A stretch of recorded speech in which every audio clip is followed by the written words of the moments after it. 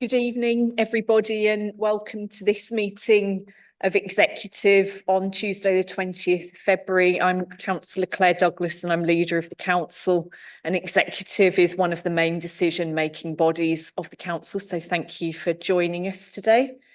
As a starting point, we will have apologies as the first item.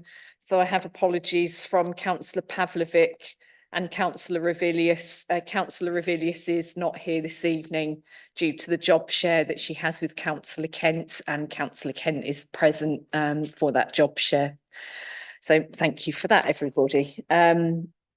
First item on the agenda that's listed is declarations of interest. Does anybody have any declarations of interest? No, there are none. The second item on the agenda is the minutes of the meeting from the 25th of January 2024. Can we approve those as a fair record of the meeting? Yes, everybody is nodding, so those are approved. Thank you, everybody. And then item number 3 is public participation. And today we have 7 speakers, and one of those is remote. Everybody else is in the room. So I'll remind everybody you have 3 minutes, and the first person on the list is Councillor Merritt, who wants to speak on the remit of the committee to present a petition on 20 mile per hour is plenty. So you have 3 minutes, Councillor Merritt, off you go. Thank you very much. Originally, I was going to present the petition, but Anna's going to do that, and rightly so, as she's the person who's organised it. But I did want to make a few comments in support of it. Road safety is obviously a really important issue. The many casualties, the lives lost are a waste of human potential and resource. They, massive grief for families and friends of those who are seriously injured and killed, disruption to families from the consequence of accidents, if people are off sick, unable to work, all those types of issues, plus all the societal costs in terms of the health service and the rest of it. Speaking from my past, in the 1990s and 2000s, there was a real concentration on trying to improve road safety, originally initiated by a brave Conservative government minister and taken up by a lot of local authorities, including York. And over that period, we saw very substantial reductions in the numbers of killed and seriously injured. Since that period, the situation it's gone off the radar to a substantial degree, and the fall that we were seeing has pretty much ended. There's not been major changes in the levels since. So I think it is appropriate to have a further look and perhaps re-emphasis on the importance of this issue. And as part of that, speed. Speed's important because the faster you go, the less time you have to react to something on the road to avoid an accident. The higher the speed of any potential impacts, and the greater the injuries to the more vulnerable people in any collisions. When I was on Cycling England, we commissioned quite a lot of research in terms of both cycling safety, but also the dampening effect that fears about road safety had on people's willingness to cycle, and particularly for kids to cycle and learn to cycle. And it was very clear from the evidence that it was a major 20 seconds, discourager Councillor, to parents allowing their kids to cycle. So I think this is a helpful petition to take into account in the new emerging local transport strategy and subsequent local plan, and I commend it to you. Thank you. Thank you very much, Councillor Merritt, and your comments will certainly be considered in the consideration of the transport strategy and plan when that comes through. Thank you. The next person on the list is Anna Semlin, who also wants to speak on the remit of the committee. 20 miles per hour is plenty, and she also wants to do a demonstration, and at my discretion as chair, I've allowed that to happen. So Anna, you have 30, it's not 30 seconds, you have 3 minutes. And so please go ahead, and I will give you a 30-second warning if that's okay. Thank you. Thank you. I have a petition to present to you asking for targets for Vision Zero. There should be nobody killed or seriously injured on our roads in York. Currently, there are 60 per year, and I was one of those in 92, and I'm still under a consultant for a non-union bone problem. I'm bringing it on behalf of 2020 for York and Action Vision Zero York and North Yorkshire. It's going to the North Yorkshire County Council as well. We're asking for targets of nobody killed or seriously injured by 2030 and 50% fewer vulnerable road users killed or seriously injured by 2027. A KSI leads to poverty for the individual and family with 40% less income forever. We've got 210 names on paper and 195 online. These casualties are avoidable primarily, and one of the most important powers you have is to reduce road speeds. It doesn't make a huge difference to overall journey times, about 17 seconds per mile in an intercity area, particularly on the arterials. We want a presumption of 20 miles an hour where people are. To be required for health. It's going to meet your targets for health, for climate, it's going to help you to meet the 20% traffic reduction target. It's going to give people more confidence, because cycling has dropped by 1/3 since 2014, and cars are getting bigger and more dangerous and wider. And we've got to do something about this. You've got to make most roads within the outer ring road and the villages go 20 miles an hour. And it's something you can do that will be very popular, for instance, for Outer York, and help Luke Charters to win. Rachel Maskell supports this very much. In Wales, there's been a 2.4 to 2.9 mile per hour reduction in speeds, and that's expected to prevent 1,200 to 2,000 casualties a year. And it saves like 96 million a year. It's a one-off cost of less than £5 per person to put in some speed limit signs. So it's not going to cost you ongoingly. You've got to do something network-wide, because then you can introduce more bus users who are going to walk there. And I think, you know, the Civic Trust support this, the Living Streets support this, the Cycle Campaign support this, every climate coalition supports it. And the mayor is unlikely to do it, because I think you know that who the current favourite might be, because it's got the most money to get the leaflets out. We need a progressive candidate, ideally, to help us with the tourism effects of this as well. You have 30 seconds. On London arterials, you get a 25% reduction in KSIs. I'm going to show you the stopping distances. So if I notice that somebody make a mistake and I'm driving here, I can't actually even start braking until, if I'm doing 20 miles an hour till here. I start braking at 30 miles an hour here. I can stop at 20 miles an hour here. At 30 miles an hour, I'm still going 27 miles per hour. 27. That causes you a massive amount of danger. Now, I can't even do it to the end of the wall, because from there to the actual stopping distance is 11 metres. If you go round the corner, it's here. And that, can you imagine how far that is? You're over 3 minutes now. Thank you for that. I think we get the message, and for those of us who are drivers, that I think most of us are in the room during the driving test, the theory, we all do stopping distances, don't we? And that is horrific, quite frankly. So thank you, Anna, and very much appreciated for presenting the petition as well, and we'll pick that up. So thank you. The next person on our list is Mr. Andy de Gorn. So he would like to speak on the local bus service update, agenda item 5, and comment on the recommendations and transport strategy. So you know you have 3 minutes. Would you like me to give you 30-minute? Yes, warning? please. Just before I start, if I could just mention that York Bus, you may or may not be aware, but York Bus Forum unfortunately have their meeting tonight.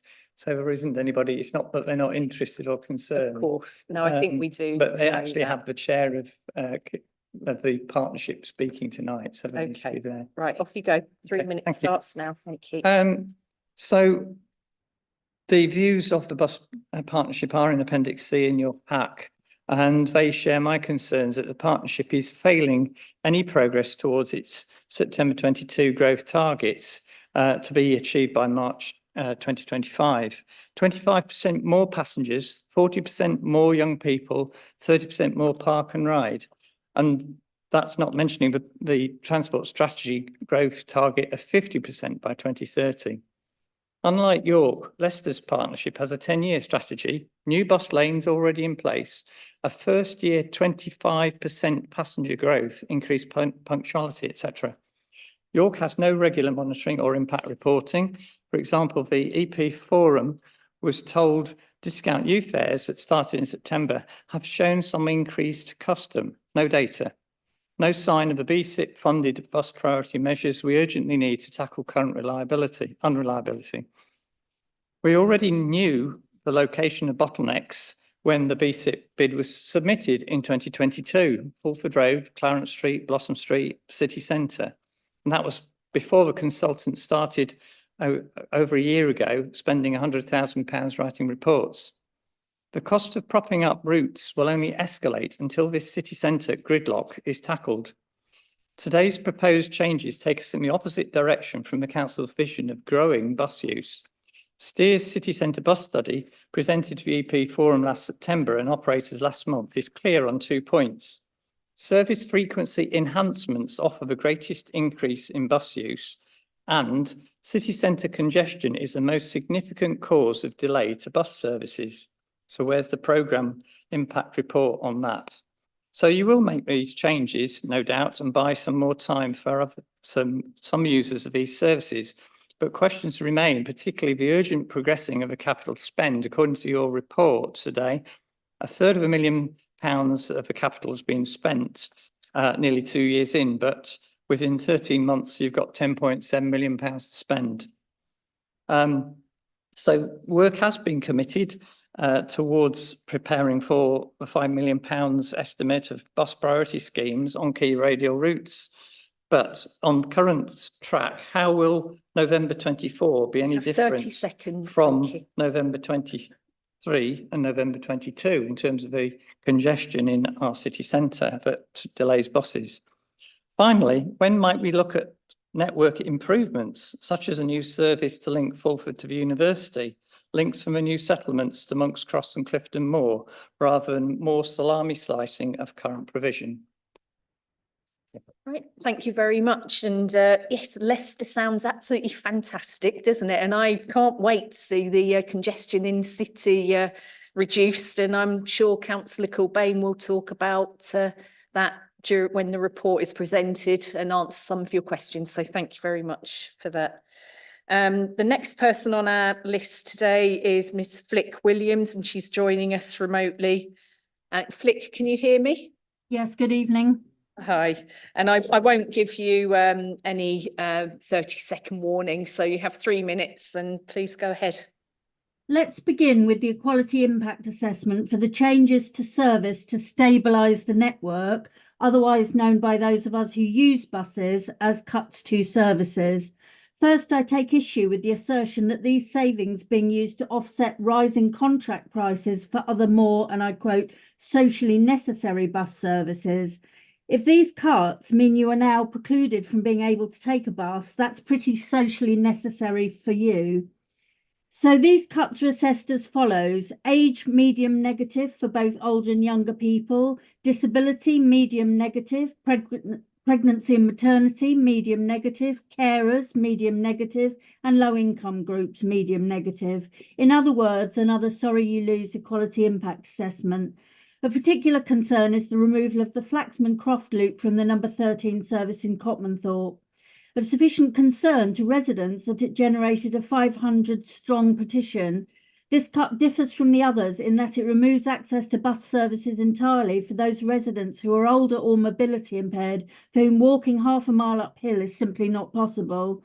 The assumption that has been made here is that residents are all using the 13 bus to travel to and from York. This is not the case. It is also used to access the shops, cafe, hairdresser and other community amenities, including the library and GP surgery within the village itself. It's also a vital link for those wishing to connect with the coastliner service to travel in the other direction to Tadcaster and Leeds. In our attempt to gain age-friendly city status, is the message being sent out that if you live in the villages, all the posturing about social isolation, maintaining independence and health and well-being is for the birds? Let's map this decision onto the proposed transport strategy. Principle 1, shape a city that is accessible to everyone so that everyone, including anyone with a protected characteristic, is able to access all the facilities which they need, and all areas of the city and its villages have accessible, reliable and affordable bus services to key destinations. Principle 3, shape healthy places. We will improve district centres so that people can meet more of their shopping, work and leisure needs locally. Cotmanthorpe surely qualifies as a district centre, and yet this cut directly prevents older mobility impaired people from being able to access local facilities. It will either leave them socially isolated or make them dependent on the kindness of relatives and friends with a car who can drive them into the village. Principle 7, reduce car dependency. I'm forced to conclude that this only applies to people who already drive to get them out of their cars. Those of us who already don't have one and can't walk or cycle are collateral damage, sacrificial lambs on the utilitarian altar of for the greater good. Thank you. Thank you for your comments, Flick, and I'm sure Councillor Kilbane and officers will talk to some of those when the report is discussed. Thank you for that. Next, we have Councillor Fenton, who wants to speak on local buses as well. So you have 3 minutes on that, Councillor. Do you want me to give you a 30-second warning? Okay, off you go. Thank you. Thank you, Chair. I'm pleased that this report was deferred from January's executive to allow sufficient time for the responses to the consultation to be properly considered. I've made the point before, but it would have been beneficial for there to have been some opportunity for councillors of all parties to input ideas before the proposals were published for consultation.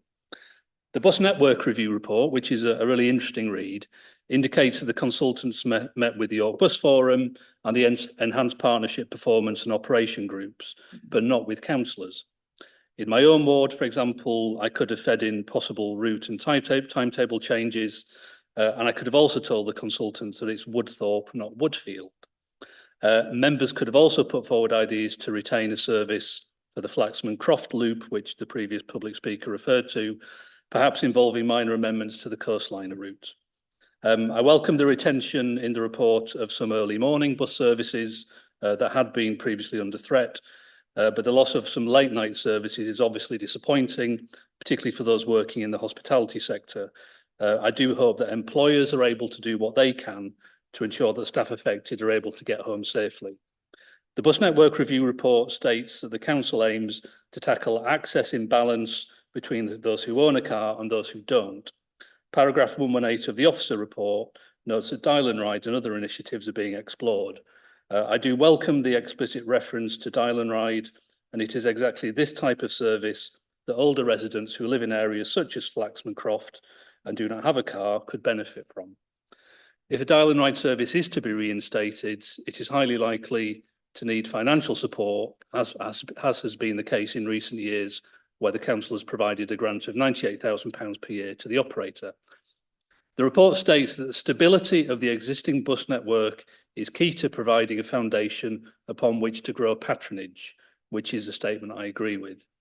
This is broadly consistent with the position agreed by the previous Lib Dem-led executive in December 2022, in that the principle of maintaining the extent of the bus network is the key priority within the budgets available. Rising operator costs and other pressures will undoubtedly continue to present challenges, but I do hope that whatever else we may disagree on, there can continue to be cross-party working to achieve this aim. Thank you. Thank you. Yeah, very much so. And again, Councillor Kilbane will, I'm sure, continue the conversation he's been having with you already. I know. Thank you. The next person we have is Councillor Pearson, who also wants to speak on buses. So 3 minutes, councillor. Would you like a 30-second warning? Yeah, thank you. And off you go. Thank you. Thank you and good evening, everybody. Thanks for giving me the chance to speak. I've made some rudimentary maps, which hopefully you've got in your handouts. Map 1 shows the bus services as they are today. The second map shows the proposals, and then the third one has the what does it mean for real people. I have changed their names for GDPR purposes. They are Moggins, Groggins and Boggins, but I hope you get the point that they could be real people.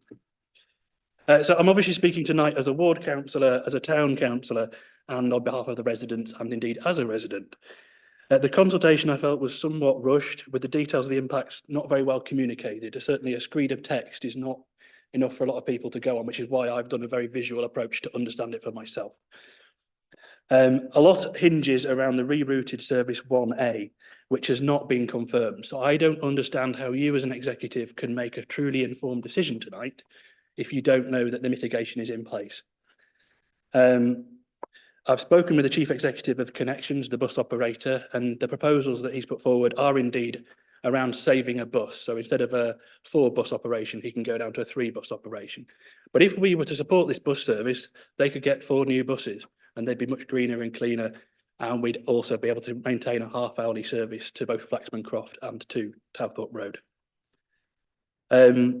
The number 13 route is also an ideal route for us to extend up to Strensall when we get the new station on Towthorpe Road, which would give direct public transport links from Strensall, Haxby, New Earswick and Huntington to the new railway station. So it's not one to cut, in my opinion. And if this proposal is taken forward today, it would have severe consequences, not just for Wet Snooks and Flaxman Croft, because it affects the number 1 service. It has a massive impact for the whole of York, and I don't actually think First Group would go for it. I certainly wouldn't if I was First Group. But ultimately, the thing I want to get home is the 3 yellow boxes on here, which is that people will have severed connections to school, severed connection to the health centre, severed connections to the dentist, and people will not be able to go to York College from that neck of the woods. So it really is bad news for everyone all round. So please defer this decision or think again. Thank you. Thank you, councillor, and your comments will be considered when the report is heard later on in the agenda. So thank you for that. And then finally, we have Tony May, who also wants to speak on local bus update, item agenda number 5. So 3 minutes. Would you like a 30-second warning, Mr. May? Would you like me to give you a 30-second warning? Yes, please do. Yes. Okay. Thank you. Off you go. Yes, I'm speaking on behalf of York Civic Trust about item 5. Just to go back, in October, you approved for consultation a draft local transport strategy, which among other things aimed to tackle transport deprivation and achieve a 50% increase in bus use. And that consultation, that strategy seems to have been very well received. Today you have 2 reports before you. The first is a 105-page summary of the consultation. The responses received indicate clearly that the cuts proposed will cause further transport deprivation. They will lead to a reduction in patronage.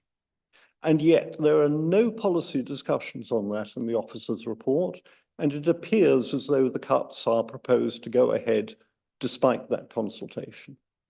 The second is a bus service review, which was available in early December but has not been consulted on. This review, I speak professionally, is seriously flawed. It contains a large number of factual errors. It assesses accessibility solely on the basis of where the bus stops are and how frequent buses are.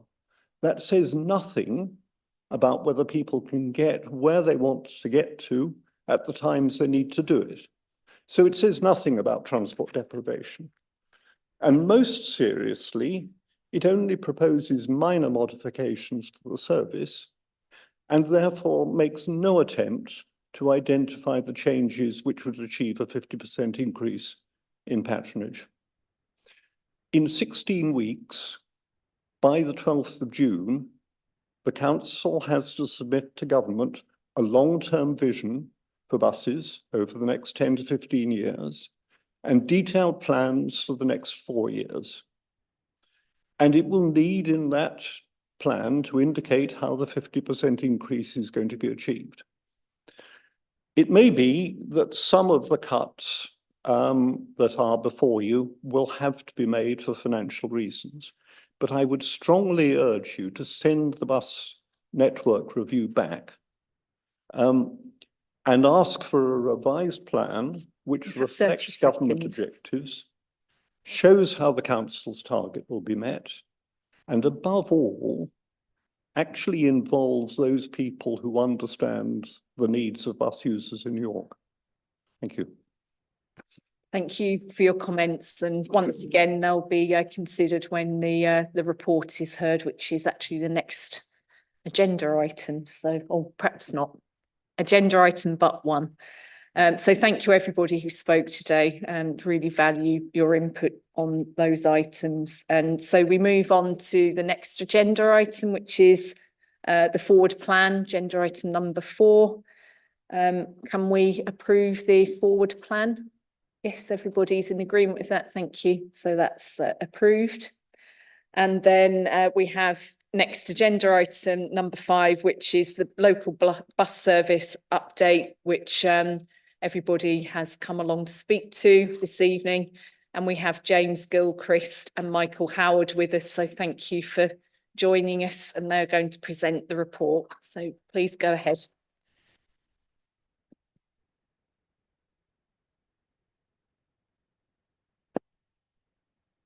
Thank you, Chair. Firstly, I must apologise. There's an error in para 27, recommendation Roman numeral 6. It should read paragraphs 38 to 64, not paragraphs 38 to 52. So apologies for that. In York, we have a mixed economy bus network. Some services are commercial and the fares taken on the bus cover the cost of providing the service. Other services are subsidised. And in that way, the council lets a competitive tender for the bus service and then makes a contribution towards the ongoing running cost.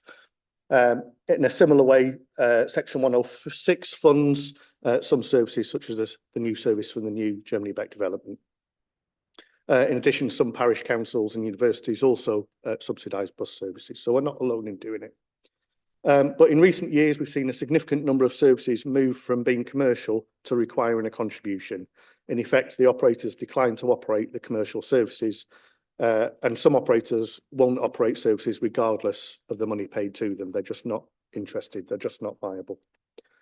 The reason for operating or withdrawing commercial services is partly as a result of COVID and the changing way people travel, but also partly down to the inflationary pressures. To put those pressures in context, the bus subsidy the council pays is now £1.5 million more than it was 5 years ago. So that's nearly 3 times the cost in the current financial climate, and that's not sustainable for us as a council. Michael and the team have done a fantastic job, I would say, in terms of securing bus service improvement plan funding. Otherwise, that £1.5 million of extra cost would have had an impact much sooner. The report also details additional BSIP funding that's been secured and further funding proposed for the Zero Emission Bus Fund. In November last year, you agreed to extend some contracts on a temporary basis whilst we undertook the bus review, which, as you know, is attached to the papers tonight.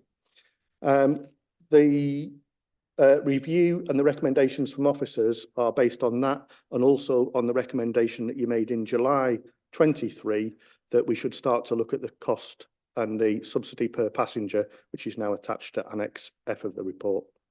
Stabilising the network has to be a priority. You can't grow the network if the base is constantly changing. Michael might want to take you through some of the details of the changes, which you've obviously heard from some of the speakers about tonight.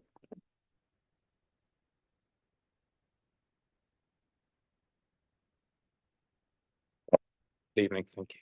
Thank you, James. One of the key benefits of having undertaken the bus network review is it does provide us with a future evidence base for network development, And we would see that the network review provides a stable point into which we can start to look to develop and grow the network in line with the BSIP aspirations. What it has, however, highlighted that in the short term, there are a series of initial changes proposed to some subsidised supported routes to help achieve a stable, sustainable and efficient bus network in 2024. This is in recognition of rising costs and changes in bus patronage post-COVID pandemic. A number of the supported bus services have contracts which are due to expire during 2024. And due to the high rates of inflation in recent years and the expected higher cost of renewing those contracts, we are looking to undertake a number of short-term changes to support the network in the short term. It's useful to highlight that we do support through bus subsidy 20 routes directly within York at the current time, and we support a further 4 indirectly jointly with North Yorkshire. In terms of the changes that we're currently proposing, these affect 11 routes within the city. So in this challenging funding context, we've been looking to how we actually support the services. The criteria for supporting services are last updated in 2018, 2019. And this indicated that at that time, subsidised services should be supported where the cost per passenger related to £2.67 and the minimum passengers per bus was 9 per hour. As part of this review, and as part of this report, we're proposing that that subsidy per passenger increases to £3.40 per hour on urban subsidised routes and to £6.80 on rural 2-hourly tendered services. These figures will be CPI indexed going forward for comparison. We would also support services that carry at least 8 passengers per hour when operated, and but we will not continue to support past 1,600 hours if the threshold is not met for an evening operating period. As highlighted in the report, a number of services affected. We have undertaken public consultation, as been indicated earlier this evening, and we have listened to the feedback that has come through those consultations. And in doing so, we have made a number of changes to the proposals, and they are highlighted within the report. Particularly relating to the Service 1, we've listened to the feedback on the consultation, and we are seeking to retain the pre-0600 hour services. In terms of the Service 11, again, listening to the consultation, and it was indicated that this would be detrimental to school children travelling to Middlethorpe School. Based on that feedback, we have been talking to the operator, First Bus, and we'll be looking to address that as part of the recommended changes. And we have discussed with First that they will come at no extra cost. So one of the things we do want to do is get operators to take these services back as commercially viable, so that we do not need to continue to operate them as subsidised services at a cost to the city. Changes are also proposed to the Service 12 and 14. This will be the merging of those services into one contract, which will offer a more efficient service and better value for money. As part of that, no overall service change or reduction is planned, and all stops will be continued to served. So the changes to the Service 12 and 14 are purely contractual and would not affect passengers. The majority of the Service 13 will continue to remain the same. Has been highlighted by a couple of speakers today. Obviously, there are some of the loops at the ends of that service which are affected. We are currently supporting those loop services. The operator wished to withdraw them some time ago, and as a previous exec, was one of the recommendations was to continue to support those services through subsidised, and we have been doing that to the current up to the current date. The issue is that the operator wishes to reduce from a 4 to 3 bus operation, and whilst we have asked him to continue to operate that service, he has declined to do so. We have therefore been speaking to the operators of the First Bus to see what parts of that service they could pick up within the current service they're operating on those routes, and those are picked up in the service changes to the 1 and the 1A. However, it does mean that particularly the Flaxton Croft loop and the loop within Haxby, West Nooks, would be adversely affected because it is impossible to re-tender that service as just a loop, because it does not operate as a commercial service, as an individual loop at each end of a current service. So without the support of the operator that we currently have there, that is very difficult for us as officers to re-support, and we understand the concerns of residents in those areas. The service 16 and 24, we re-tendered as longer hourly route, taking on the Ascot Way loop from the service 24. There would be some reduction in service frequency and some direct link to Poppleton. So there are some changes there, and we recognise those. The service 19 is recommended is re-tendered, and we look to get the tenderer to operate a half hourly or an hourly service, depending on the price that we get back from that. But we aren't proposing any changes to the route on the 19. They would relate to service frequency changes. And in terms of the service 24, 25 and 26, it is being proposed that these are re-tendered. The new service would be the 24, which would pick up Fulton and Acombe, and the 25 would pick up Fulford and Derwentthorpe. This would actually not require a route change as part of those proposals. It is recommended that 26 is merged with the 24 to form a single cross-city route, and that would just remove the service 26 number, but the service route and frequency would remain maintained within that. They are the service changes proposed as part of this report. They are looking to stabilise the network, and they're looking to make it affordable to us as a city. I think it's important to understand that the amount of support that we have been giving has increased significantly since COVID, probably nearing to around about 4 times the level of bus service support we are currently providing. And we have been fortunate that we have had the BSIP funding, which has enabled us to support those services. But without those, we would have seen much more dramatic cuts to services across the city. So I think we need to look at the real positives that we've had from this, whilst recognising that we want to achieve service growth and we want to increase the passenger numbers, but we must achieve a stable network, because without that, it would be very difficult to grow the network back. The other elements of the report pick up on the BSIP, and we have been making real progress on BSIP. Development design of upgrading the park and ride sites to multimodal hubs has reached the first stage of feasibility design, and we'll be looking to consult on those very shortly once the consultants have reported. And that is a significant spend. We're looking at spending in the region of £5 million in terms of improving those. So that's a significant element of the BSIP delivery. We're also working on the bus stop infrastructure. We've seen a number of those improvements coming forward. This is upgrade to bus shelters, to lighting, and we continue on a programme route of that and been talking to councillors with regard to how that affects different wards across the city. We've also rolling out a number of real-time information screens, and we've got a programme for installing those across the city to make sure passengers who are using the bus get reliable and accurate information on the bus services that are actually coming across the city.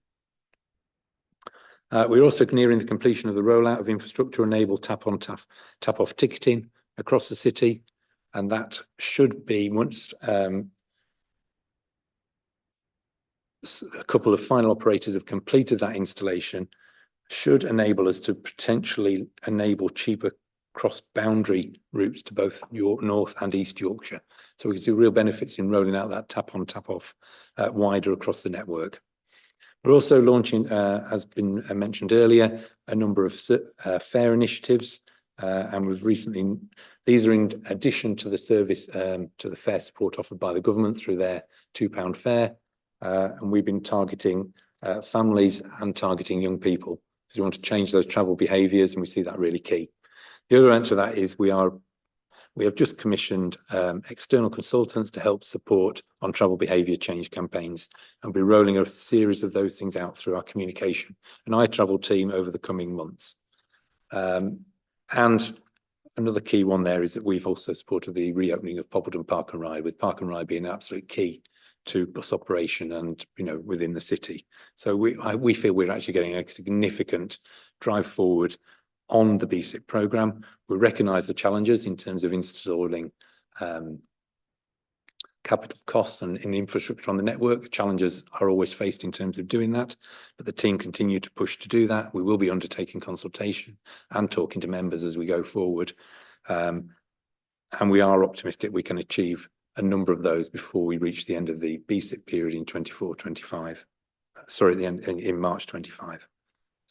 In terms of the BSIP funding, the government has also announced a round of BSIP 3 funding. As part of this report, we're asking members to accept the additional 1.153 million, which has come through the BSIP 3. This is revenue funding, which is proposed to be utilised to continue to support subsidised bus services across the city. So we're looking for members to for the executive to support to absorbing that money into that. The other element of the report relates to the Zebra 2 submission. As you know, we were successful in Zebra 1.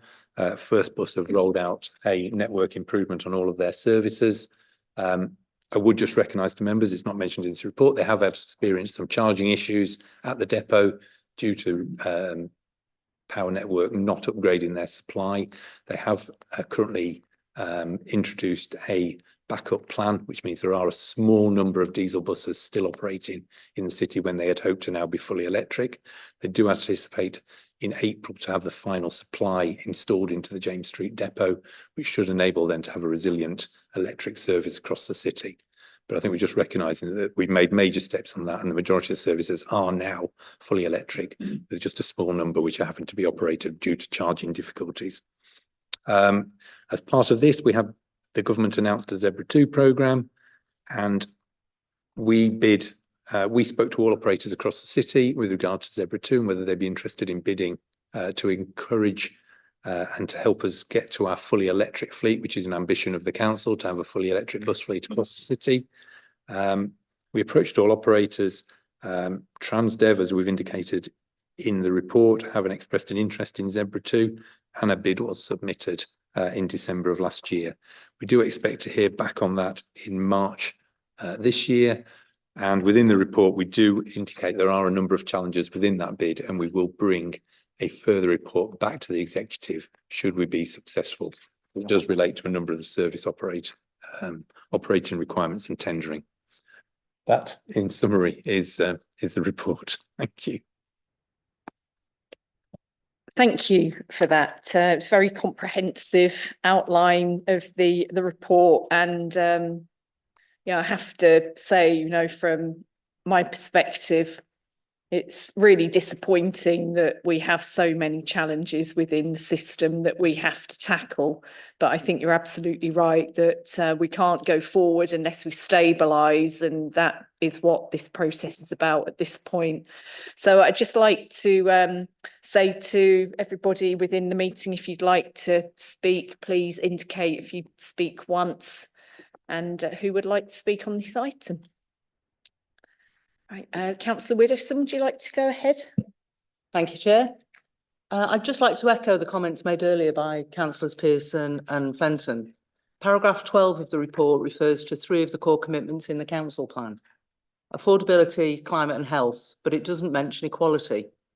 I'm sure this is an inadvertent oversight, as access to bus services is key to ensuring equality of opportunity for residents to be able to access work, education and services. Indeed, the Equalities Impact Assessment finds that some of the proposed changes will have an adverse impact on some people with protected characteristics. The progress update on investment of BSIP monies and details of the latest bid for Zebra funding are welcome, and I very much hope that the previous administration's success in attracting external funding can continue. It is in all of our interests for the BSIP funding to be invested effectively to help make bus travel a more attractive option for more residents. And I look forward to continued constructive cross-party working on this. Thank you, Councillor Widdowson. Councillor Kilbane. Oh, thank you, Chair. And thank you, Michael. Thank you, James, for the report. If you can thank everybody in the team as well. I know we're going to struggle to thank Joanne Waddington because she's moved on. She's still alive. She's just not with us anymore. And Sam Fries as well.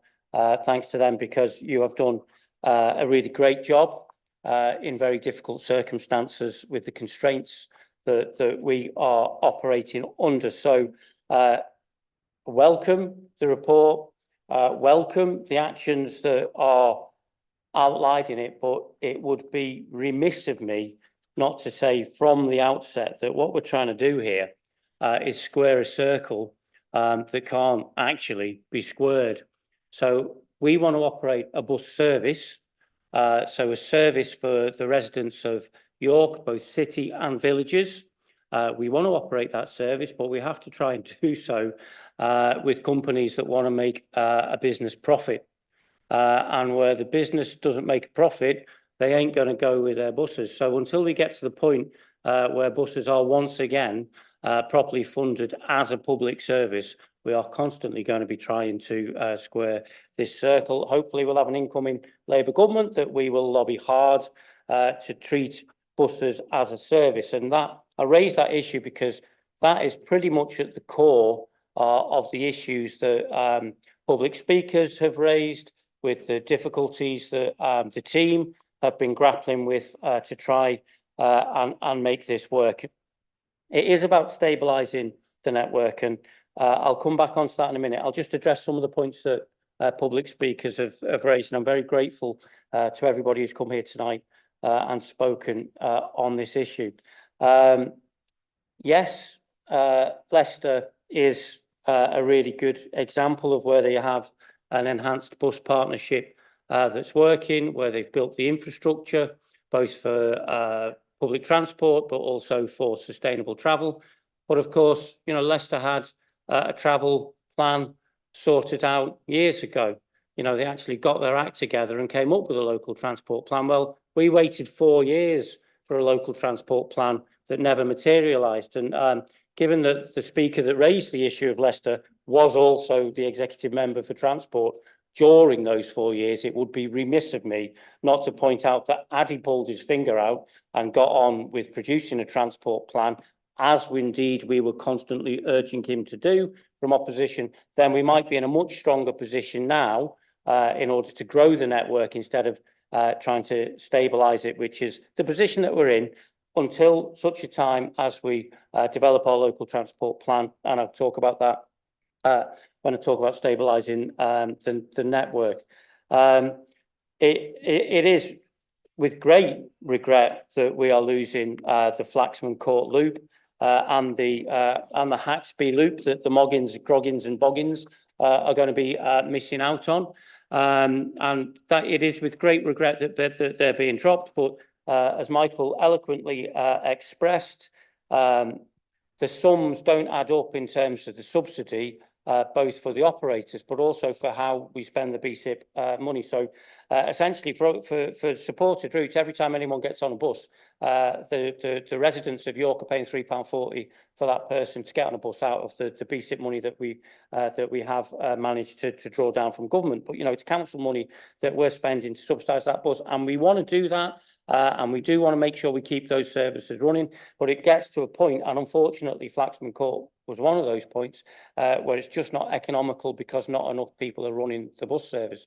Now that is heartbreaking, and I wish that we didn't have to do it, but we do. So the difficulty with Flaxman is it unfortunately that also coincided with Dial-A-Ride not being able to operate their service anymore for reasons that were not just beyond our control, but actually reasons that were beyond Dial-A-Ride's control as well. And we've got quite a lot of sympathy with them. But those two things happened at the same time. So I'm very pleased that we are working with Councillor Fenton on a cross-party group to look at how we can try and reinstate a service or similar in spite of the really dire economic circumstances that we're in. But, you know, I fully accept that that's going to, and I've talked to people who live on Flaxman Croft. I didn't know there was 500 people who live down there, but I've talked to some people who live down Flaxman Croft, and this cut does really badly affect them, and we need to do all we can to get those services back there as soon as we can. In terms of the consultation, yes, we took on board what was said about people wanting to be consulted more. So we did revisit the consultations. We had a number of drop-ins and hopefully we managed to answer a lot of the questions. If Councillor Fenton, if you've got suggestions as to how we could save services, then we're still very, very willing to hear them. You know, don't wait for a consultation to happen. Councillor Pearson, yes, we did spot that you'd anonymised the bus customers. And I have a great deal of sympathy with what you're saying. the issue is the same as it was for Flaxman, but as Michael said in his report, you know, we are talking to other operators to see if we can reinstate those services, because we really do want to reinstate those services for the very reasons that you outlined to us. So it's not that these areas are being abandoned, it's just that this is what we can do with the money that we've got at the moment to stabilise the network and to make sure that it can grow into the future. I think, you know, certainly over the 4 years of the previous administration, we seem to have a petition in the press every week to try and save a bus route here or a service there, quite often petitioning their own executive, but, you know, that's fair enough. We need to get away from that. We need to get to the point where people are confident that the buses that we're putting on are going to be there for a long period of time, and that they can start to rely on them more. Not that they're going to be lurching from one crisis to another, which is what we saw over the previous 4 years. We need to stop that. And that what this review was challenged with was making sure that we could stabilise the network, that we could take it out of constantly firefighting crises, and get to a point from which we can grow it. Which brings me up to Mr. May's point towards the end. The job of this review was not to come up with a plan and a solution for all the buses that we can go to the government and say, this is what we're going to do, this is what we've done. The job of this review was to get the network to a point where we were confident in it, so that when the local transport plan comes in, and the early findings from that are that people do want fast, reliable buses. Well, the way to do that is to tackle congestion. And once that local transport plan comes in, and to work with the operators, maybe the way to do that is franchising when the mayoral powers come in. Maybe the way to do that is through an enhanced bus partnership like we have, has been alluded to in Leicester. But once that plan comes in and we free up the roads for those who need to use them, we free up the roads for those, you know, climate change and congestion busting residents of York who use the buses, then we'll be in a position to go to the government and say, right, this is our ambition for the next 10 years.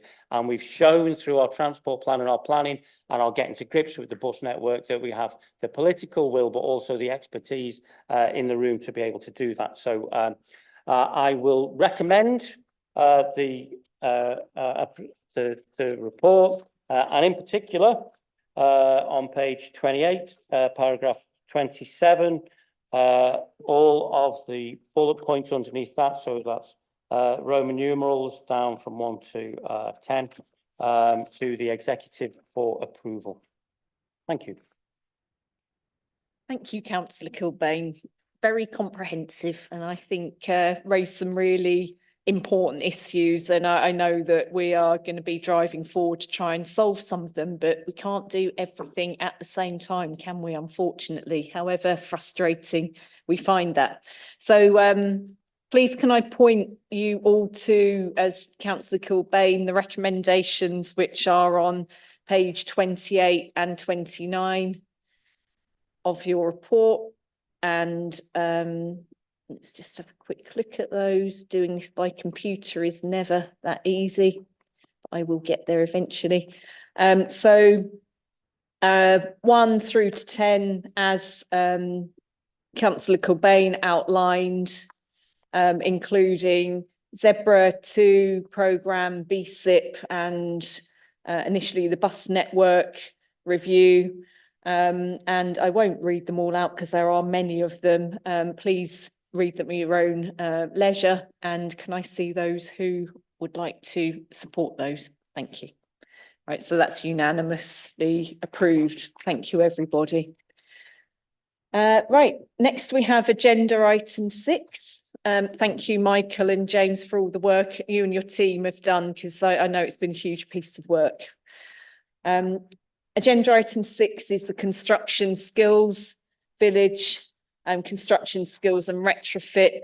And we have Catherine Daly and Simon Brereton to speak to us today. So please go ahead when you're ready. Thank you. Thank you, Chair. Yeah, Catherine Daly, Head of City Development. So we're really pleased to be bringing forward this report on construction skills and retrofit to executive. And as you can see at the top of the report, this is an initiative that cuts across numerous executive portfolios and will help to deliver a range of council plan priorities across economy, climate, skills and housing.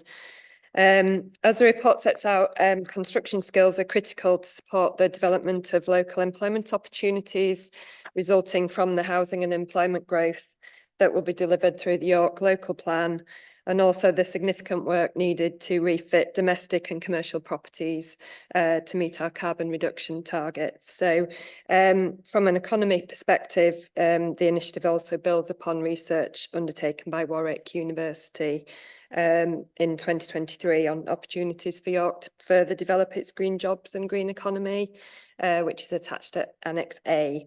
I'm joined by Simon Brereton, Head of Economy, who's been doing a sterling job coordinating this work alongside other service officers. So I'm going to hand briefly to Simon to outline quickly the report recommendations. Thank you. Thank you, Catherine, and thank you, Chair. As Catherine said, there are two factors driving growth in construction in York. One is the local plan, which has got a whole series of major sites which will involve thousands of new homes being built in the city. And the second is the need to retrofit some of those 90,000 existing houses in York. The local area and energy plan shows that there are 44,000 homes in York that need to be retrofitted. 70,000 heat pumps just in York need to be fitted. And something like 1 in 4 of houses need rooftop solar installing. As a council, we have around 7,500 council houses, and there are about 5,500 houses owned by registered providers of social housing. So it's about 13,000 houses there as well. So you can see the drivers for all of this work, but there aren't enough people trained to do all of that work.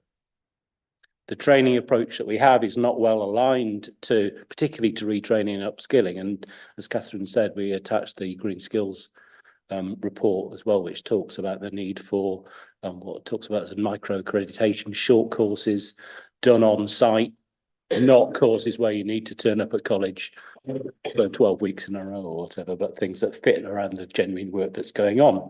Because a lot of those people that need to be upskilled and retrained are currently working already and don't want to stop working in the meantime. And then the third challenge is around that need for retrofit hasn't yet turned into actual demand on the ground. So we need to work with householders in York so they can understand what is possible to do in houses in York and how you go about it. So there are essentially 3 projects outlined in the paper. One, Construction Skills Initiative, working very closely with private sector partners. I think it's paragraph 28 talks more about who got involved, but great involvement from the private sector there. Those partners want to promote the sector as an employer. They want to put training on site. They want to build collaboration between themselves and training providers and between themselves as construction companies, so that those skills and opportunities and jobs can be realised here in York for York residents. So very much that construction skills village approach, on-site, short courses and training. The second, that project is backed by some of the UK Shared Prosperity Fund money that you thought looked at in October, and that will pay for some of those courses and coordination.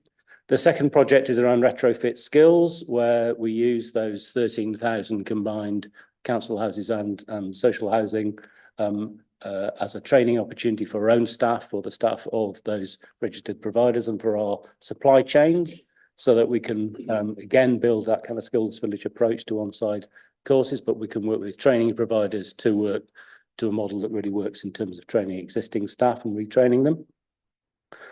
And then the third project is around the supply, the demand side. If those 2 projects are around supply of people to do all that work, the third project, the Rossi project, is around demystifying retrofit, getting across to householders in York what it's possible to do, getting some great virtual and real examples of what you can do in York and developing community champions who can communicate locally about what we can do.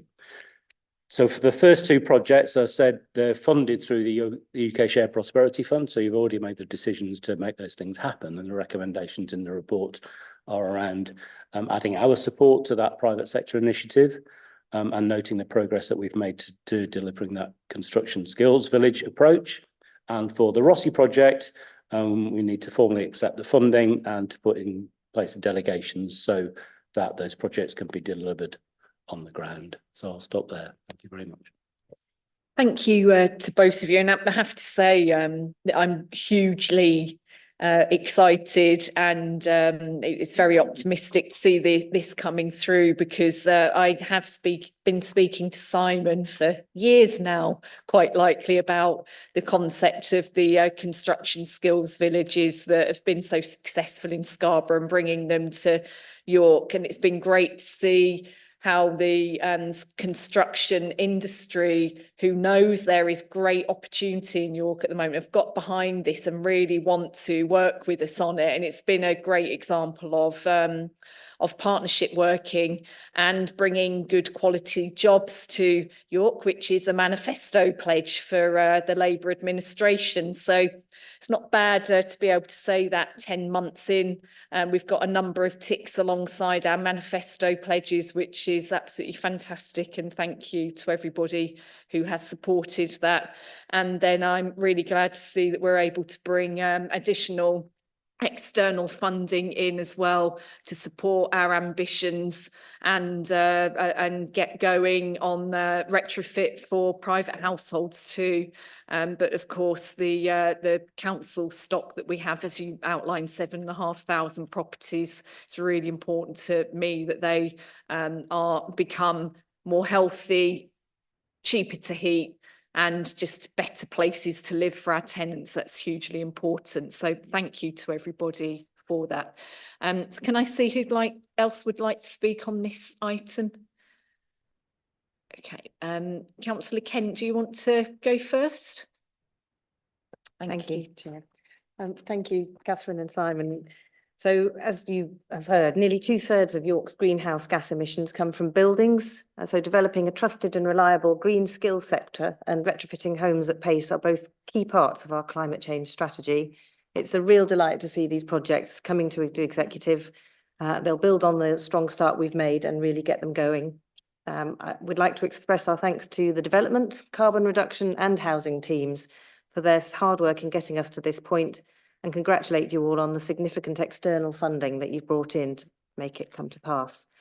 As well as making a dent in York's carbon emissions, both of these projects, as has already been eloquently said, will bring decent jobs to the city and create warm, healthy homes with lower energy bills. All residents will be able to benefit from the one-stop shop with personalised advice on retrofitting homes, access to a network of trusted suppliers and tradespeople, which we know has been a significant barrier to people taking up technology that's already out there, and demonstrator homes showing the solutions for different eras of housing across the city. Vulnerable and disadvantaged residents will be given priority, helping tackle fuel poverty and improve health by addressing damp, cold and drafty homes. It's a very important step for York, and we're really excited to see the positive differences that these projects will bring about. I'm extremely happy to support the recommendations in the report on paragraph 20, page 6 of this report, page 266 of the pack, numbers C, D and E. Thank you. Thank you, Councillor Kent. Councillor Widdowson, would you like to go ahead? Thank you, Chair. We welcome this report. It's, fantastic piece of work, but we are concerned with the lack of clear KPIs and the lack of focus on private ownership. As you've said, Simon, to reach net zero, we need 44,000 homes refitted, 70,000 pumps installed, 24% of homes at least fit with solar energy. This is obviously unaffordable for the council to achieve on their own. And rightly, as Councillor Douglas has said, the Labour Party have made big promises in their manifesto. What we have in this report is a lack of ambition and unclear targets for retrofit alongside very confusing funding streams. From the paper, is it 1,250 plus 1,500 plus 3,000 homes being insulated, or is it the 70 on page 375 in the report? And are these activities discrete, i.e. one per home, or can all three activities take place in one home? And over what time period? Because within the report, it talks about 12 months and then 21 months. The funding headline is 3.3 million. I'm very, very welcome.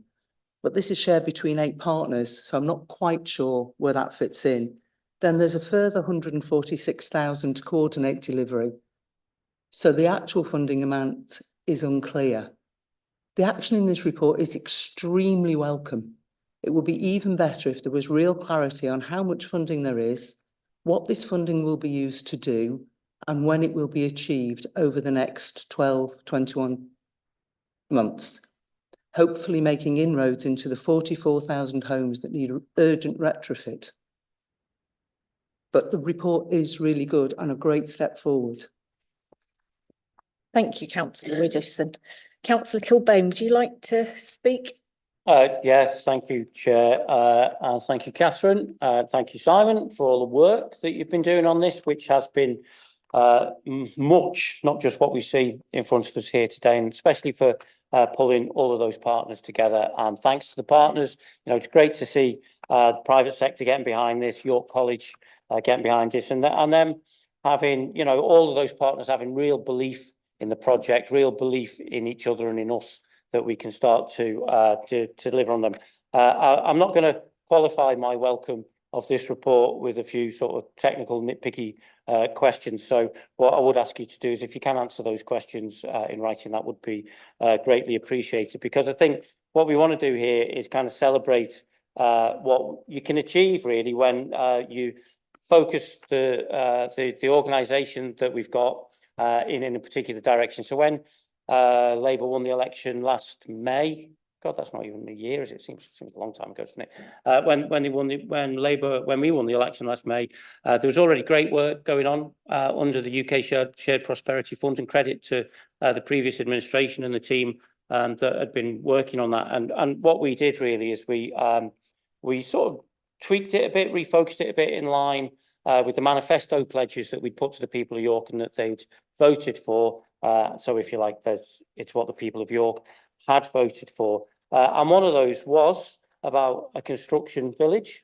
And here we have it. This is it. This is the start of it. And the other one was bringing well-paid jobs to York. And I just want to emphasise how well-paid some of these jobs can be. So I was on the Bootham site with Persimmon with some young bricklayers who were at York College last week.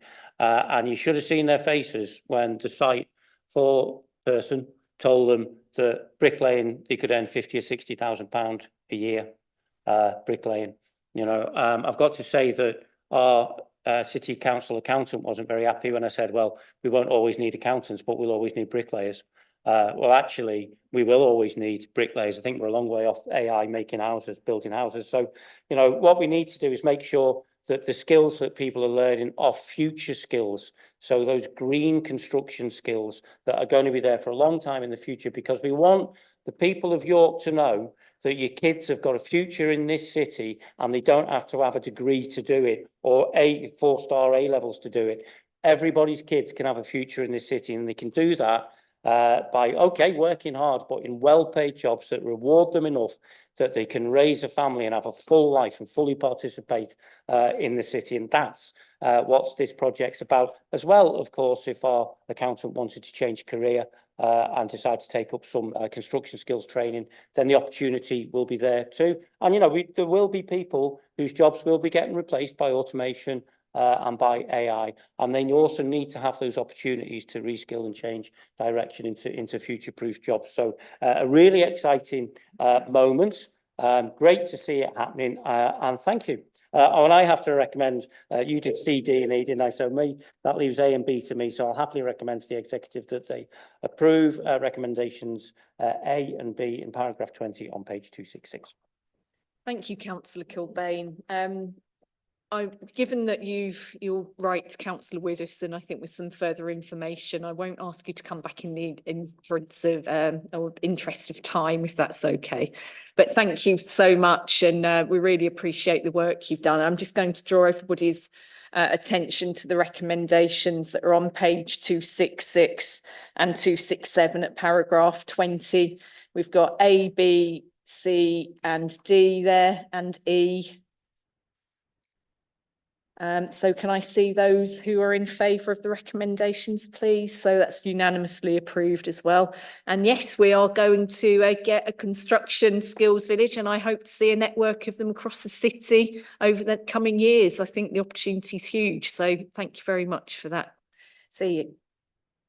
Marvellous. Right. Next item is item number 7. That's the Harewood Whin Green Energy Park project initiation, and we've got Claire Fole and Sean Gibbons that are going to come and speak to us about this project.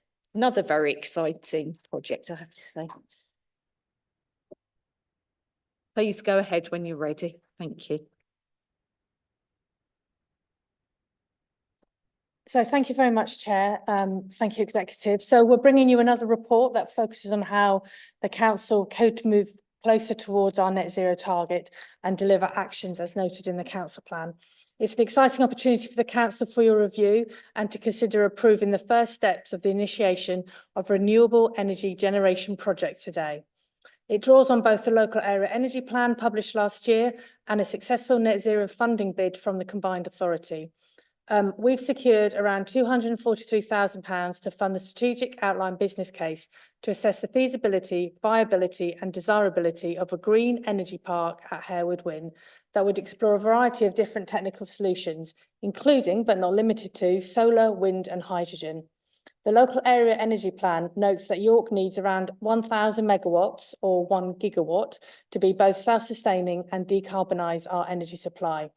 The project itself draws on the Council Plan, One City for All, 2023-27 strategic theme of cutting carbon and enhancing the environment for future generations, together with reflecting the Climate Change Strategy 2022-2032, with its key objective to increase renewable energy capacity across the city. Key challenges in the paper or in the report include the sale and complexity of the project to ensure it's both affordable and commercial. I'm going to hand over to Sean Gibbons, who's our Head of Carbon Reduction, to provide more detail.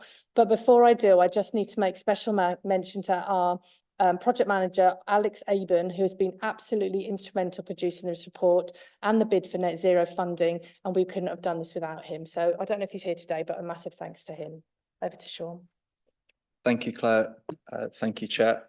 So this report relates to a potential green energy park at Harewood Whin, which has been identified as a potentially suitable location for renewable energy generation and complementary technologies. We have undertaken a previous feasibility study, and the work in the local area energy plan have both identified this former landfill site as having the potential to accommodate up to 32 megawatts of renewable generation through a combination of ground-mounted solar PV and onshore wind. This could generate up to 39 gigawatt hours of electricity every year, or enough to power roughly 10,000 households, with an associated annual carbon saving of 8,125 tonnes. As well as the renewable generation, consideration will also be given to supporting technologies such as green hydrogen production, battery storage, EV charging, and the relocation of the council depot. At this stage, we are not committing or recommending any specific location or combination of solutions, but want to assess this long list and suggest a preferred way forward. To do that, we're therefore advocating to develop a business case in accordance with the HM Treasury Green Book guidance, which would split the project into 3 stages and allow for executive gateway reviews between each stage. Stage 1 would be scoping of the scheme and preparation of the strategic outline case.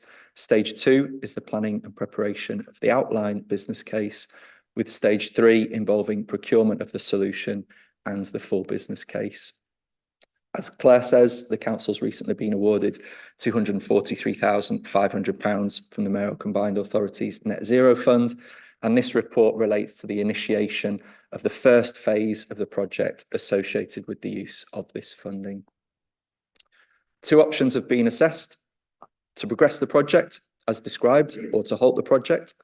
the long-term potential benefits associated with the use of external grant funding, which minimises the financial risk to the council, has led to favouring option 1 in the report, with details of the consultation undertaken and organisational implications stated within the main body. And so the recommendation within the report is for executive to firstly agree to initiate the project and to progress to a strategic outline case with a preferred way forward. Secondly, agree for the strategic outline case to be brought back to a future executive meeting. And finally, to delegate authority to the Corporate Director of Place to accept the funding agreement from the Mayoral Combined Authority and operate within this budget to deliver the stated outcomes. Thank you. Fantastic, thank you very much. And it really is great to see this taking place, but also to see money coming through from the Mayoral Combined Authority after its recent creation. And long may it last. I have to say we're very excited about that. Can I see who'd like to speak, please, on this? Okay, Councillor Widdowson, would you like to go ahead? Thank you. Certainly, thank you, Chair. We welcome this report. It's been a long time in the making, and I know that we've had discussions over several years for it. It's also good to see that the 3 steps are in place to make sure that the right level of caution is put in place. The report is asking for us to put together a business case for Harewood Whin. And what we would urge is that we really think about and look at the finances involved in this. We've seen Nottingham Council issue a Section 114 notice due to their energy company collapsing. Now, I know that that isn't what's being proposed here, but we do need to keep that in our heads. And we should be doing this with a cautious approach, especially as once the connection to the grid is agreed, my understanding is that the cost that we commit ourselves to for the project is over £8 million. We also need to think about how we consult with local residents and how we take their views into account, learning from what we did with the community woodland, and I'm sure we can build on that. So, you know, it will be a great project, but there are certain areas that we need to be cautious about. But I also note inside the report that it suggests that we will be moving the waste depot from Hazel Court to Harewood Whin.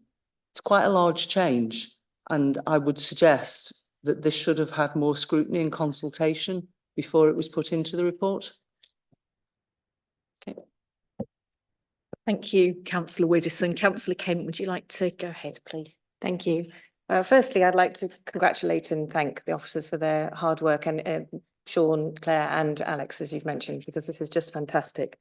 I'm slightly surprised to hear a cautious approach being urged by the Deputy Leader of the Liberal Democrats, given the reckless budget amendment that they're shortly recommending to us. But I've seen everything I've seen of Sean and Claire's work assures us that this is going to be incredibly cautious and well thought through. I feel free to speak if you'd like to address the point about the move of the waste depot out to the Green Energy Park.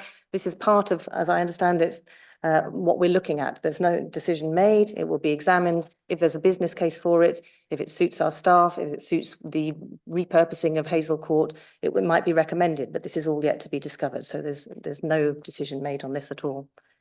As Sean has said, decarbonising our energy supply is an essential part of the UK meeting its net zero commitment, and cutting carbon was a key pledge of ours when we were elected in May. It's fantastic to be progressing this significant green energy park at Harewood Whin. This former landfill site isn't suitable for housing development, it's not suitable for agriculture, but it has been identified in our local area energy plan as ideally situated to harvesting energy from the sun and the wind. Our carbon reduction team have done an amazing job in gaining the funding to allow us to develop the business case, and we applaud them for all the hard work they've done and their skill in spotting opportunities like this. In developing the business case, as Sean has said, we'll be exploring a wide range of options, including hydrogen production, EV charging, battery storage, and the potential, I stress, to relocate the council's waste depot to this location. As Sean has described, the renewable energy produced by this site will be enough to power around 10,000 homes. And even more exciting, to add to this good news, we'll be looking at how the local community can directly benefit from this project, be it via cheaper energy, bills a specific community benefit fund or community ownership of the scheme. I warmly recommend paragraphs 23, 24 and 25 to executive at page 6 of the report. Thank you. Thank you, Councillor Kent. And yes, it is nice to see a cautious approach, isn't it? With well thought out ideas that will take place over a period of time that won't give any risk to the council in that period. Marvellous. I couldn't recommend it more. Right, so recommendations are on page 382, as Councillor Kent outlined. We've got 23, 24 and 25 there. To enable this project to go ahead, can I see those who are in favour of the recommendations? That's unanimously accepted, and great, let's get on with it. Marvellous, thank you very much, everybody. Right, next item. Oh, does anybody want a break for a few minutes, or do we want to continue? You do. Okay, right. 5 minutes, then we start again at 5:02. So please take a break if you would like to.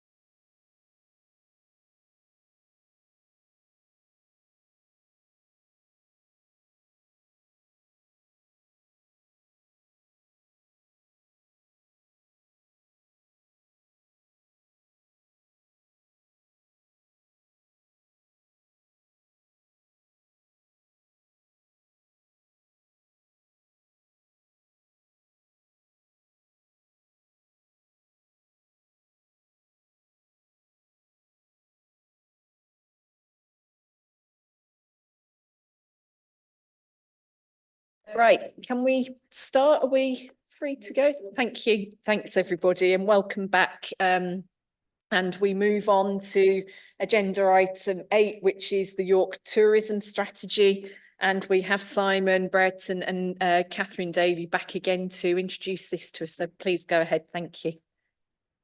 Thank you, Chair. I'll just start with a quick apology. This report's been to a couple of places and we've just realised that a paragraph about local visitor economy partnerships has mistakenly not made it back into the published version. So with your permission, I'll just update members verbally on that part of the recommendation. So firstly, though, we're really pleased to be bringing this tourism strategy forward on behalf of city partners. The strategy which we're presenting at Annex A is the culmination of a significant piece of partnership working and consultation led by the city's Tourism Advisory Board to prepare a tourism strategy for the city that supports the sustainable growth of the York visitor economy and also the council's each priorities. The draft strategy has been through the council scrutiny process, and we've set out in the table at Annex C how the scrutiny recommendations have all been taken on board by the advisory board in a constructive manner and incorporated into the updated strategy. So in particular, I'm sure that executive will be pleased to see the improvements that have been made to the draft strategy following scrutiny, with particular regard to accessibility, the need for a citywide focus rather than a city centre focus, and underlining the importance of prioritising the needs of residents, not just visitors. On the second matter of local visitor economy partnerships, the good news is that York and North Yorkshire have been successful in our joint application to be designated as an LVEP. And this is a designation provided by Visit England and recognises the benefits and opportunities presented to York in working closely with our North Yorkshire counterparts and with the new combined authority on visitor economy matters. And the new LVEP partnership is referenced within the tourism strategy document under the delivering the strategy section. Part of the LVEP agreement is that we need to work collaboratively with North Yorkshire Council, with Make It York and the combined authority to prepare an LVEP growth action plan. So by the end of March for joint implementation in 24-25, as well as to prepare an LVEP framework, which essentially aligns our tourism strategy with the emerging North Yorkshire destination management plan and identifies those key areas where we can collaborate and add value by working together. And that work's underway at an officer level. Simon's here again and has been kind of fundamental in working with the TAB over the last couple of years to pull this together. So I don't know whether you want to briefly add something, Simon, and then we'll happy to answer questions. Thank you. I'd like to say one, two things. Thank you. Yeah. I mean, tourism is really important to York. Tourists by definition aren't York residents. So I guess it's no surprise really that we tend to deliver most of our work on tourism with and through others, particularly supporting its development.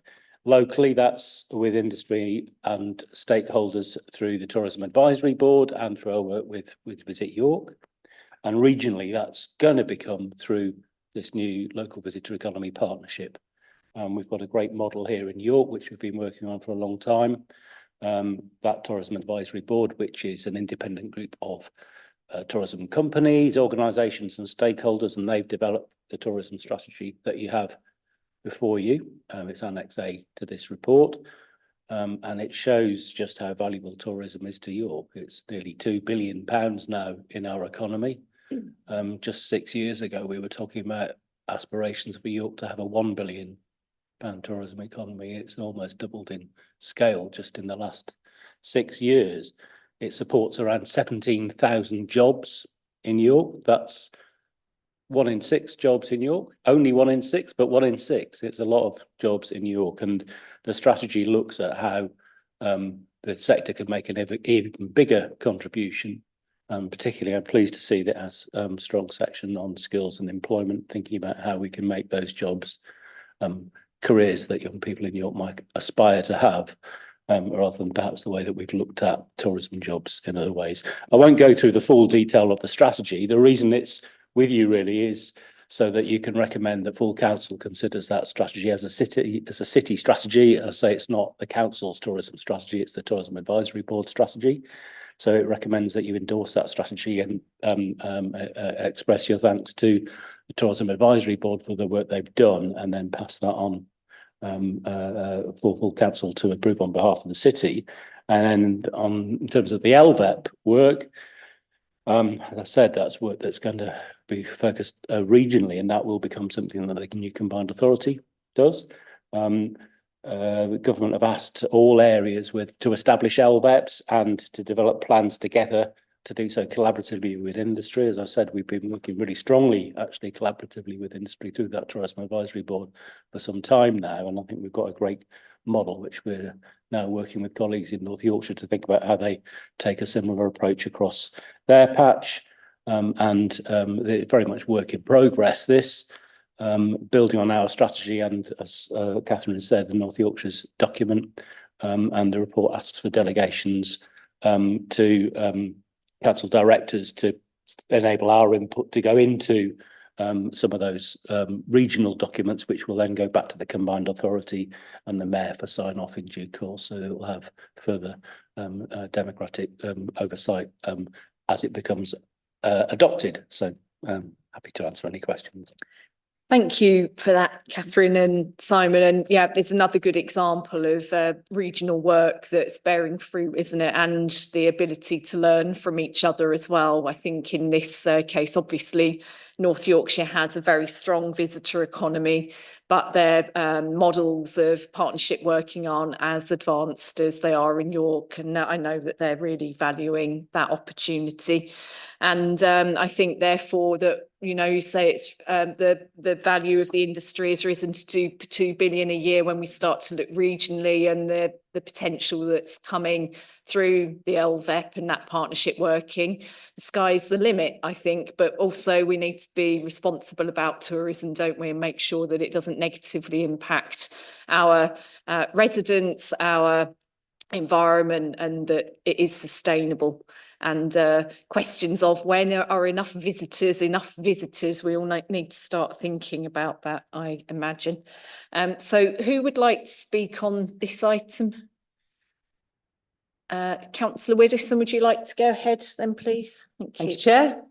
This paper promotes a number of items that have been developed over several years, and it's pleasing to see the culmination of a lot of work of officers, the York Tourism Advisory Board and Make It York have done over that time. One area which is missing in the report is any resolution or statement that the council will continue to lobby the government to trial or introduce a tourist tax in York.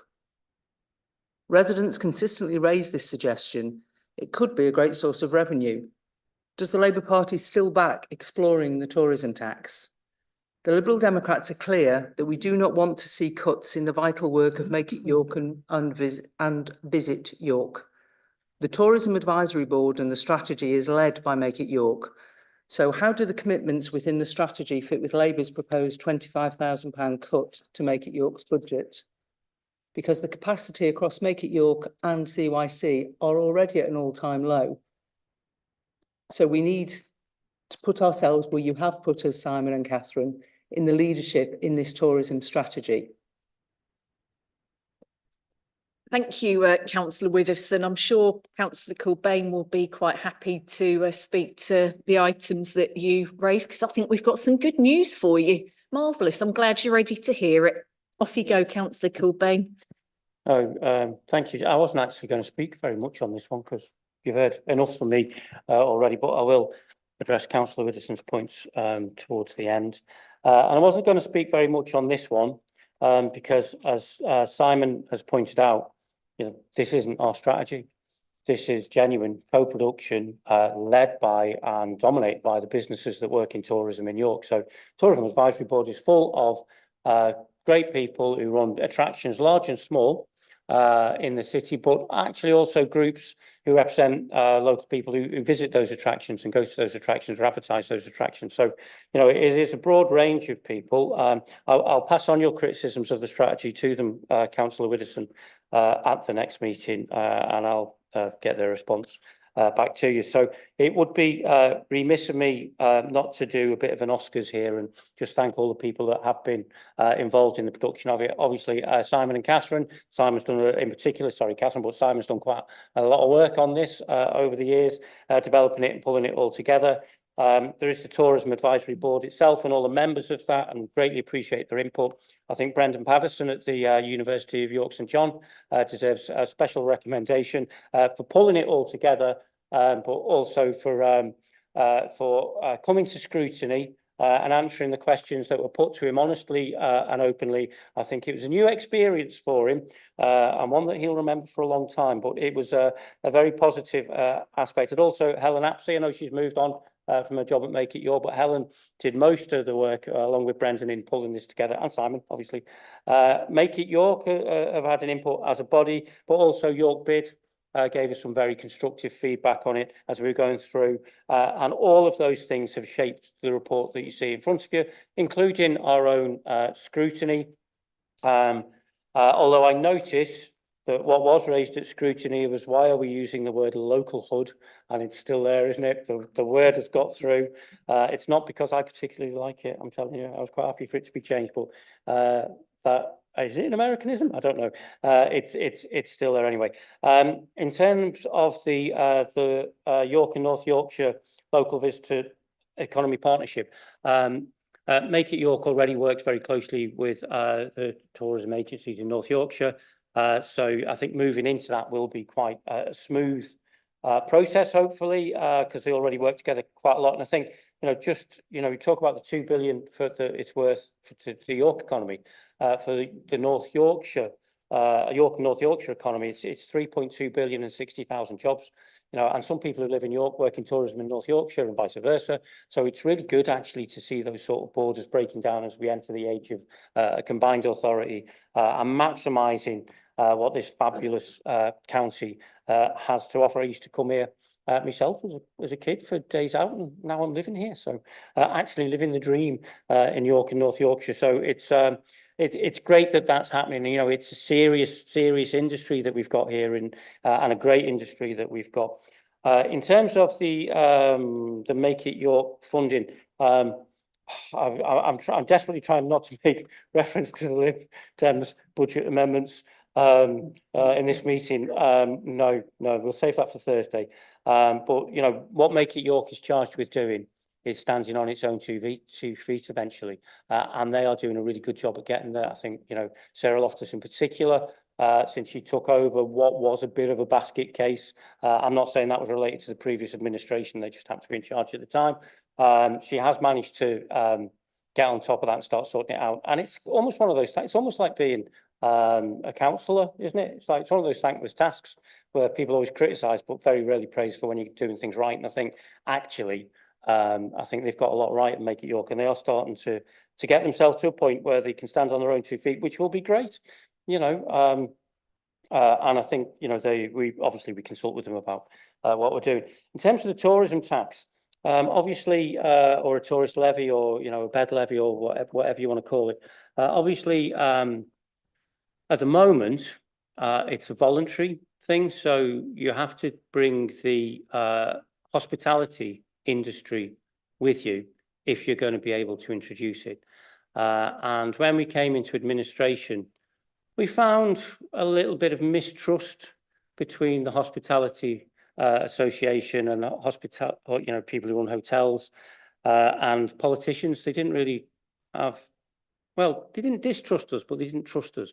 And obviously, if we're going to develop this, there needs to be trust between all of the partners. And obviously, we were clear from the start that we'd like to see a tourist levy come into York, but we need to have those organisations on board. Now, I think hopefully we're in a position of trust working with them now.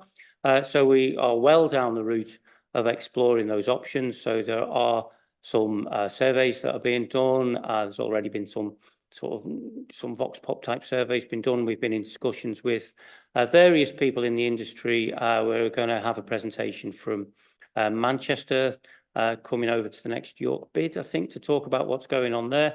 And there's really great potential for it.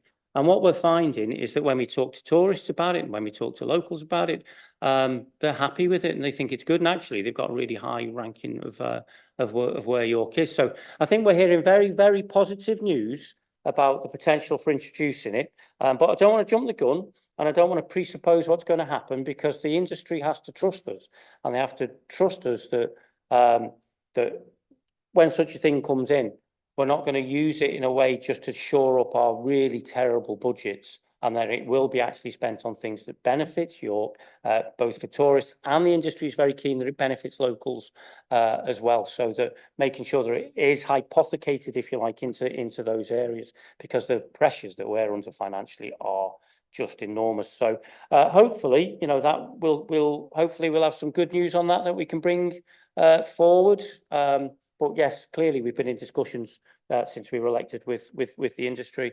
Hopefully the industry's on board so far.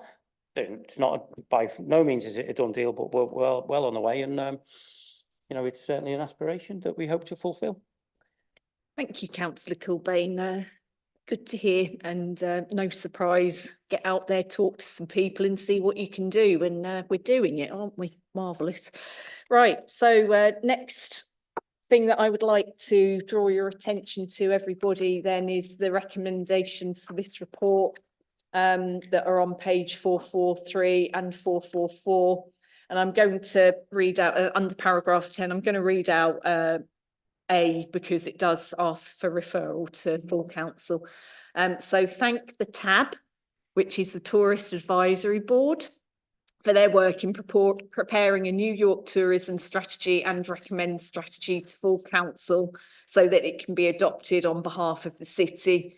And then we've got recommendations B, C on there as well. So can I see those who are in favour of those recommendations, please?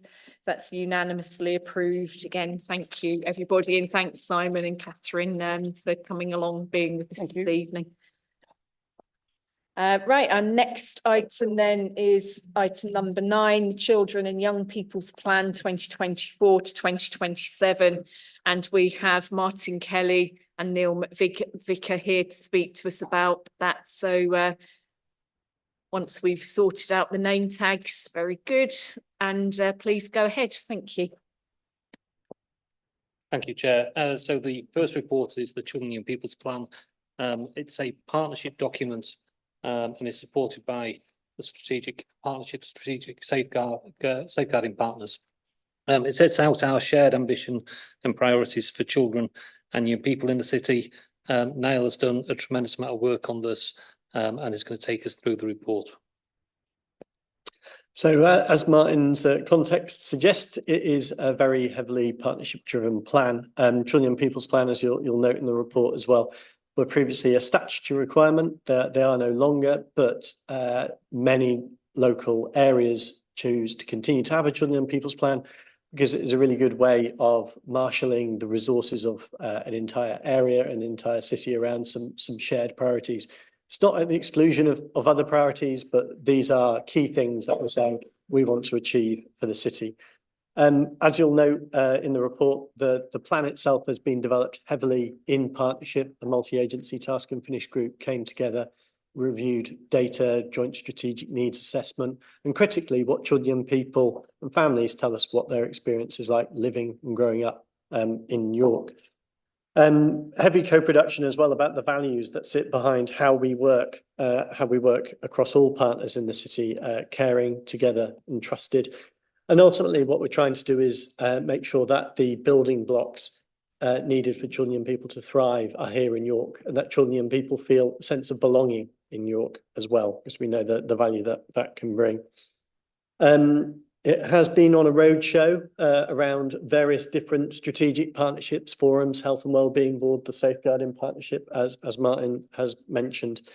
And that has arrived at the 4 core shared priorities in the plan, that for all children and young people in the city, we want them to have the best start in life, for them to be happy and healthy, for them to stay safe, and for them to be ready for the future.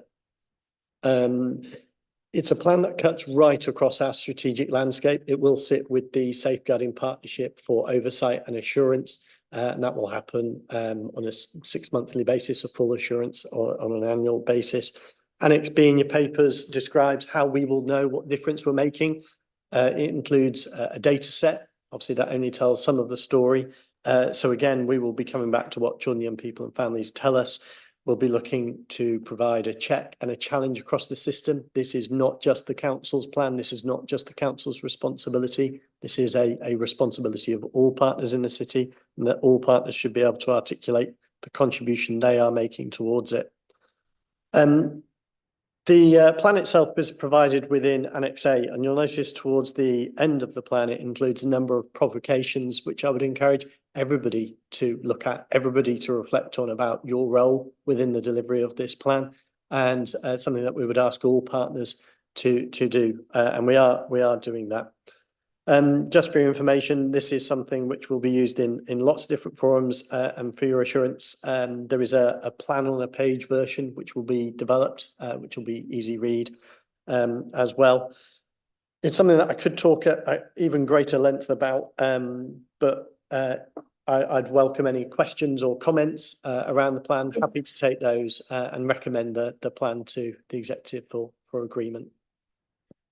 Thank you, and thanks hugely to the teams that have been involved in this, because it's a huge amount of work, isn't it, particularly to take it to all the different partners and gather that feedback, and it's hugely important.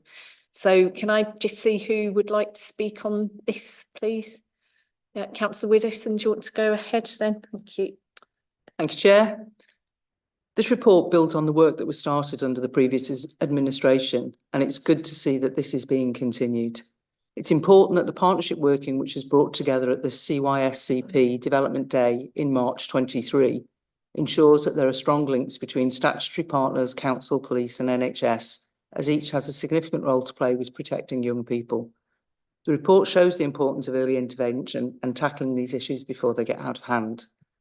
It's important to be clear how the annual progress report will be reviewed both by officers and in the public scrutiny process, so that the outcomes can be seen, and where adjustments to policies and resources need to be made, that can be done by the council as well as through the partnerships. It's a good report. Thank you. Thank you, Councillor Widdowson. And Councillor Webb. Thank you, Chair. Children and Young People's Plan. The key word that you'll see throughout this document is partnership. City of York Council is one of those statutory partners in this, but we are not alone, and our friends in Health and in North Yorkshire Police share responsibility for our young people. And there is a key focus within the report on belonging and making sure that children feel part of our city, and that consideration of their needs is made at all levels, and that's something that I firmly believe in as well. This document will underpin the work of the City of York Safeguarding Children's Partnership, namely the Health, the Police and ourselves, to focus our minds on supporting children to thrive, particularly leading support where it is needed most.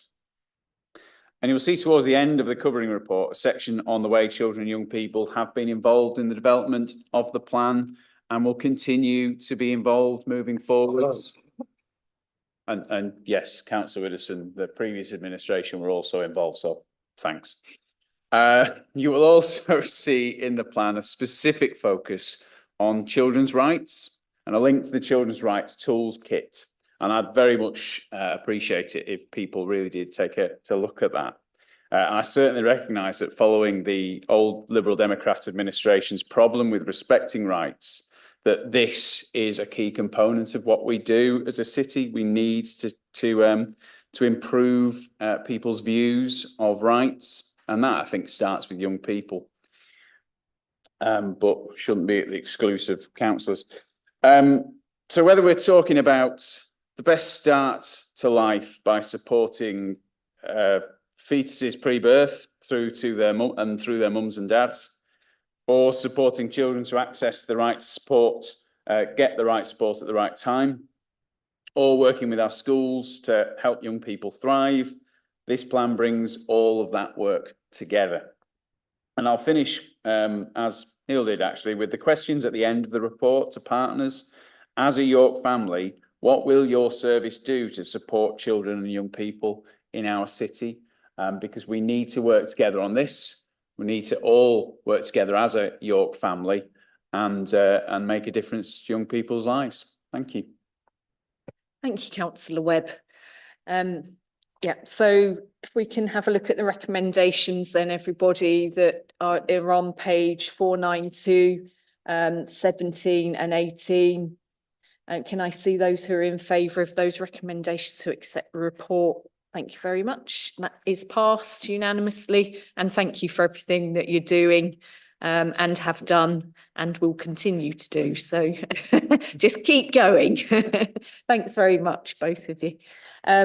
So we move now on to agenda item 10, which is the corporate parenting strategy, and Martin and Neil are going to introduce that to us as well. So please carry on. Thank you, Chair.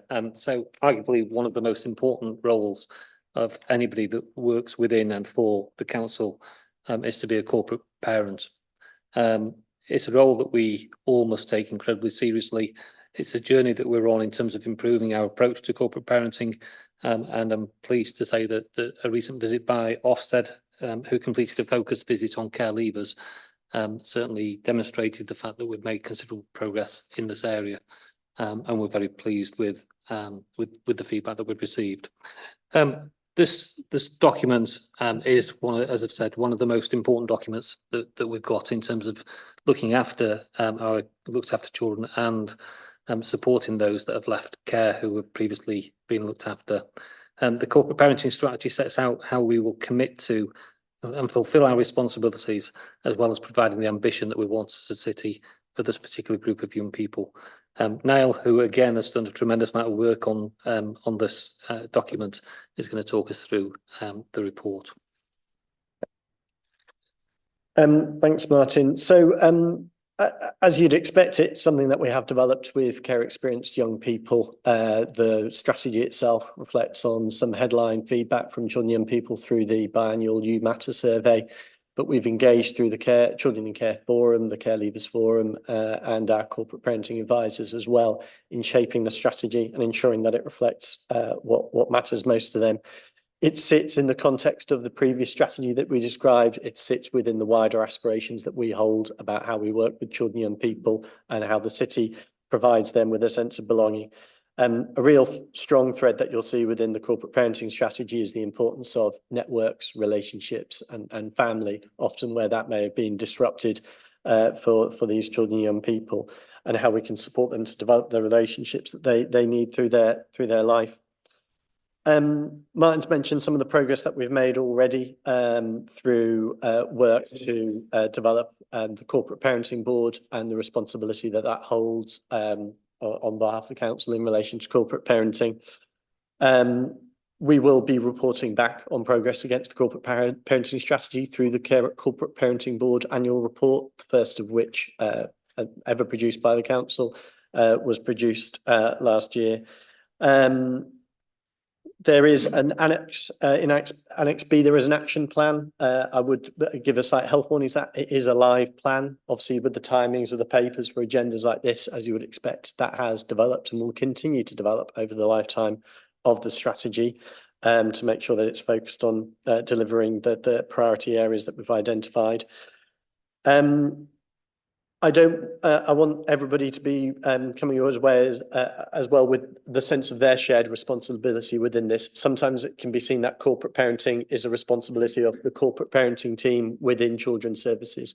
It isn't. Corporate parenting is it takes a village to raise a child. So we need to be thinking about the contribution every part of the council's business makes towards the delivery of the corporate parenting strategy. We are the corporate parents, all of us collectively. We are also looking at the involvement of partners, obviously, and working closely, in particular, with colleagues within education, health, and others to make sure that actually, whilst statutory responsibilities might sit with the local authority, that there is responsibility taken across the city for this.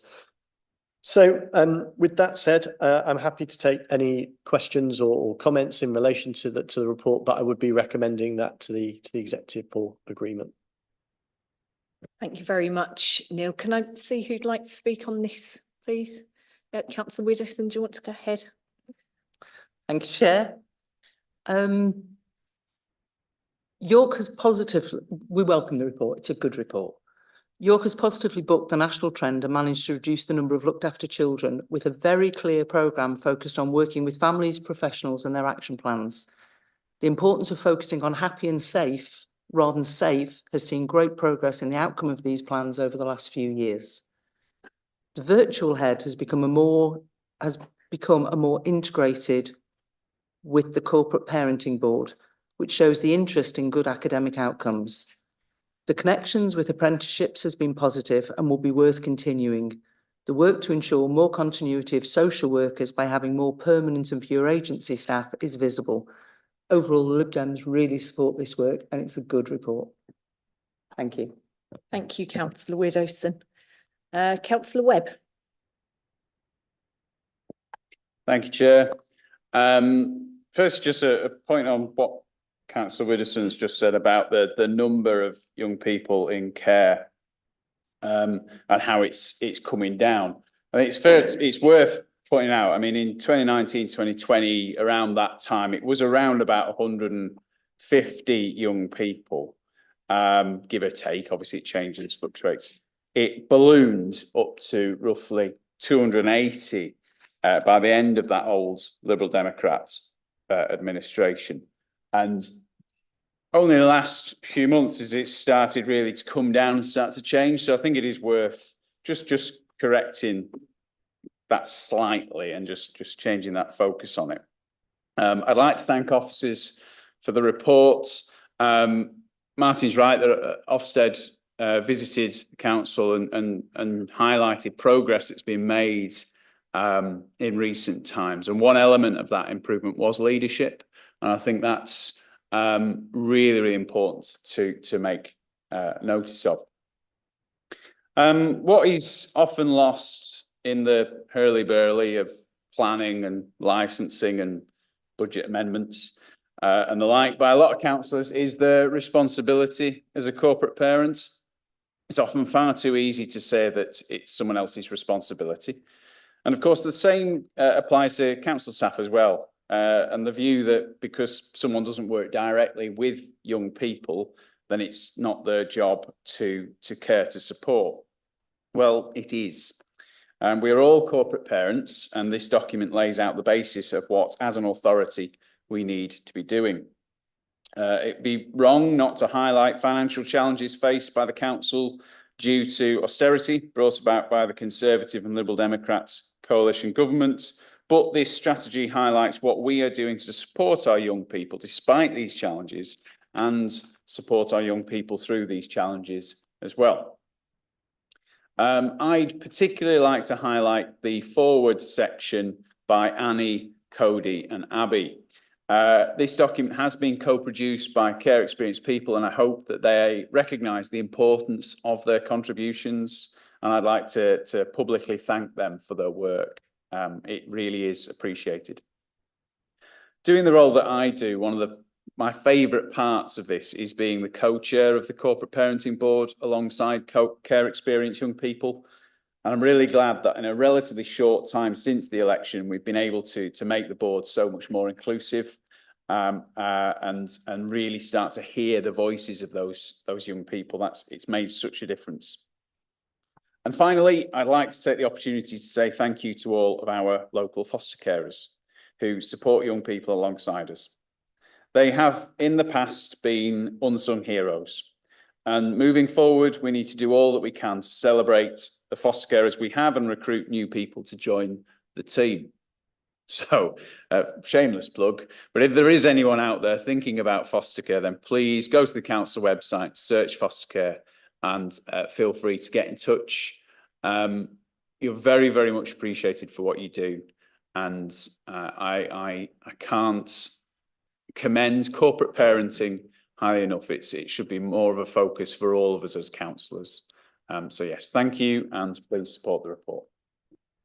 Thank you, Councillor Webb, and I couldn't agree more. I mean, one, for the work that the team is doing and the willingness and of the young people to get involved with the adults that sit around them and actually feed into this report, which is hugely important, and then foster carers as well around the city.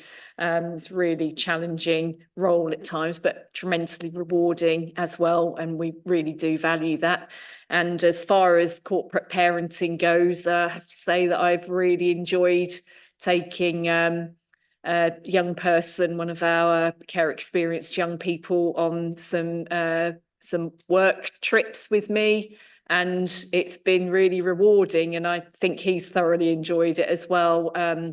Taking the opportunity to really enable our young people to benefit from our cultural and social capital, which we know is an area that they really need to be exposed to. And so I couldn't commend that more to councillors. Please do get involved where you can.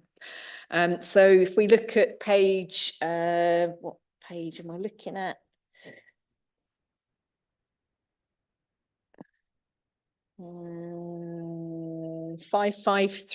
Page 553, recommendations, paragraph 14 and 15 to accept the corporate parenting strategy, which is Annex A.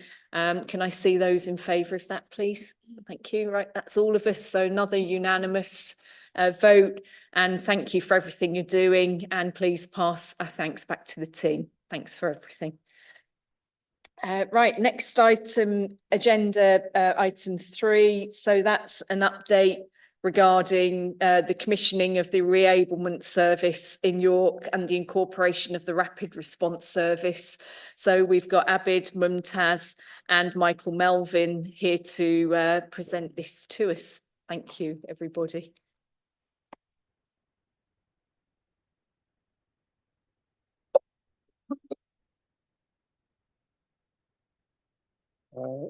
Thank you very much, Chair. Thank you, members. So yes, this report is around the recommissioning of the reablement service in York. And reablement is the approach that we take to supporting people to regain their independence, and is key in our statutory duty to prevent, reduce and delay care needs through short-term support. And this is our opportunity to reshape the service to make it more effective in doing its job, more integrated with the services that we have with NHS and other partners.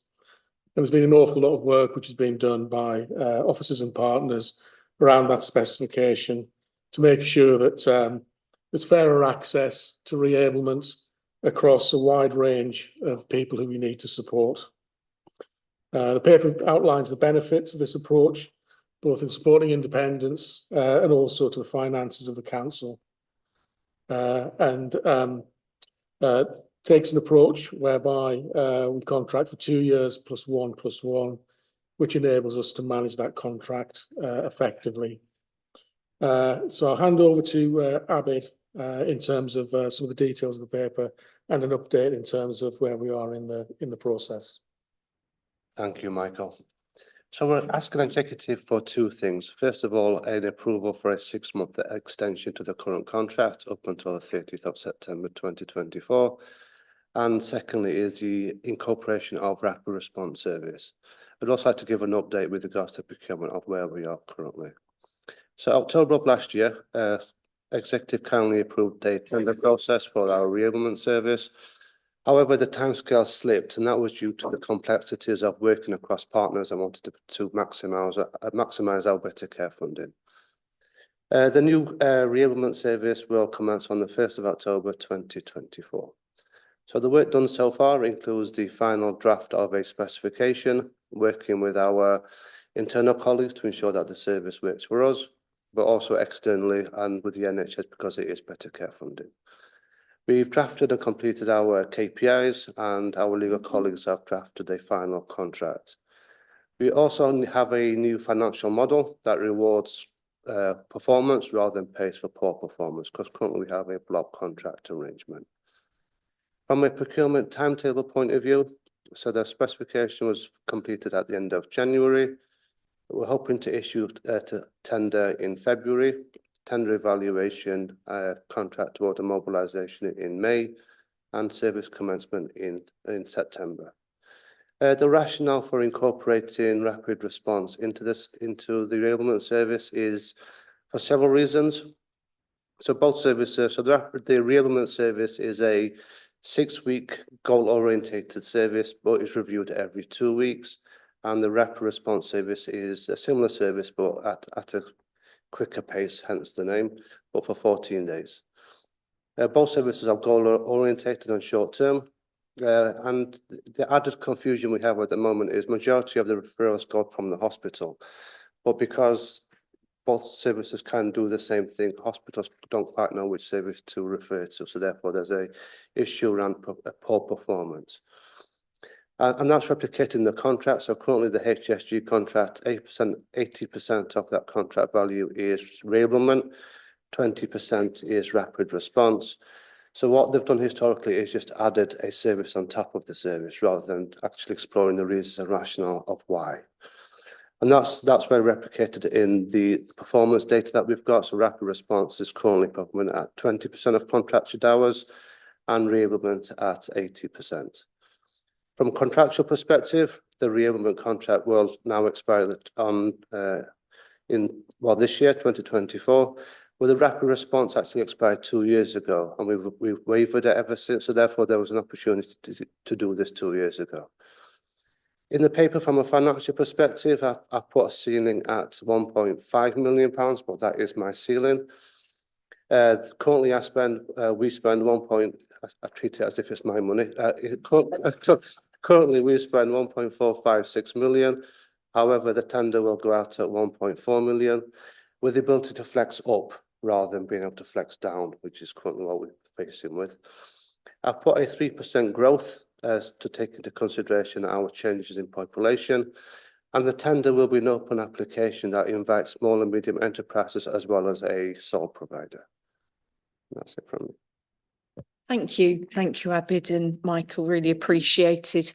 Can I see you'd like to speak then? Yeah, Councillor Widdowson, you're going to go ahead. Thank you. Thank you, Chair. I've got a few questions which I'm happy for you to answer later rather than now, and then a few comments. Okay. So the present contract, I was told, ended on the 31st of March, but your details were slightly different. And it'll be if an extension is granted, it will run till I had the 1st of October, but you're saying the mid-September. Do the present providers know that an extension may be granted, as we don't want another situation like that occurred with the Salvation Army? The report says a deed of variation will be needed. Is this already prepared or in preparation, and will it be ready in time? Are the costs of any 2P that will be needed clear? And if not, when will they be clear? The report mentions possible additional health funding. Is this being negotiated already? Are there sufficient staff teams available to deliver the service after April the 1st? At present, this is in an area in which there may be staff shortages. Finally, this report is damning on the Council's financial management of the health budget. On page 611 of the report, point 46, it says, the total delivery target for the rapid response service for a 43-week period was 15,180 hours, and the hours delivered were 3,020. The shortfall in hours over the 43-week period is a total of 12,160 hours at a cost of £321,000. We have heard for the entirety of the Labour administration that the large overspend is all down to the previous administration. In reality, this new administration has taken office with new, inexperienced exec members and have allowed their budgets to get out of control. This report shows a total of nearly £500,000 of waste, the vast majority happening under the new administration. This report also makes it clear, with every single finance and performance monitor, we see ever increasing overspends in adult social care. Thank you, Chair. Thank you, Councillor Widdowson. And Abid, I don't know whether you have any, please don't feel you need to respond to all of that, but if there's anything that springs to mind that you'd like to just comment on, likely the early part of what was said, because I think the back end is a different matter. Please go ahead. Yeah, thank you. I think both aspects are appropriate. So to tackle the back end of that conversation, that this contract was set up several years ago. As I mentioned, it was 2017. It's not as if it's a new contract from where we are at the minute. And then the other part of that is because we wanted to do things differently, hence why it's a performance contract rather than a block payment, which is what we're currently faced with. The TUPE question, so yes, we've asked the providers to send us all the relevant TUPE information. That will be part of the procurement. And because we've having to do that, we obviously notify providers of there's a tender that will be going out soon. Then are the providers aware that there will be a tender process? Yes, they are. And are they aware of a waiver? Yes, we've had those discussions. Thank you, Abid. Councillor Coles. Thank you, and thank you to Michael and Abid. I'm extremely grateful to officers for their work and in particular for their robustness in assessing the challenges that we are facing in adult social care that we have asked them to address, and how we as an administration take steps to mitigate those challenges. As a new exec member, in case anyone didn't make it to page 599 in the papers this evening, I just wanted to draw people's attention to a couple of elements that are in there. In particular, that the paper sets out that we are not currently and haven't been for some time getting full value for the money of what we have been purchasing. Reablement itself has been delivered at around 80% of the contract value and rapid response at only 20% of the contract value. And I understand that from officers that this has been the case for some time. And as Abid has very helpfully pointed out this evening, some of these failures have remained unchecked for many years. So it is therefore really important that we get this commissioning right and that we ensure that we are getting the best possible value for money for council taxpayers, and that those who need it are able to access the services that they need, in particular from this reablement and rapid response service. I further understand from the papers that there has been some duplication in the current contracts, which, as Abid points out, had been resolved previously by just adding another contract rather than addressing the failures in the contract that had been commissioned, and that this process will address those alongside the performance issues and value for money that, as we know, we desperately need. But I particularly wanted to draw people's attention to the facts laid out on page 638 of the pack, in particular around our ageing population in the city. York is currently home to almost 39,000 people who are over the age of 65. That represents a fifth of York's total population. But by 2030, it's estimated that that number will have increased by 17%, and that the number aged 85 and over will have increased by 27% from where we were in 2020. These are really real problems that we need our adult social care services from the council to address.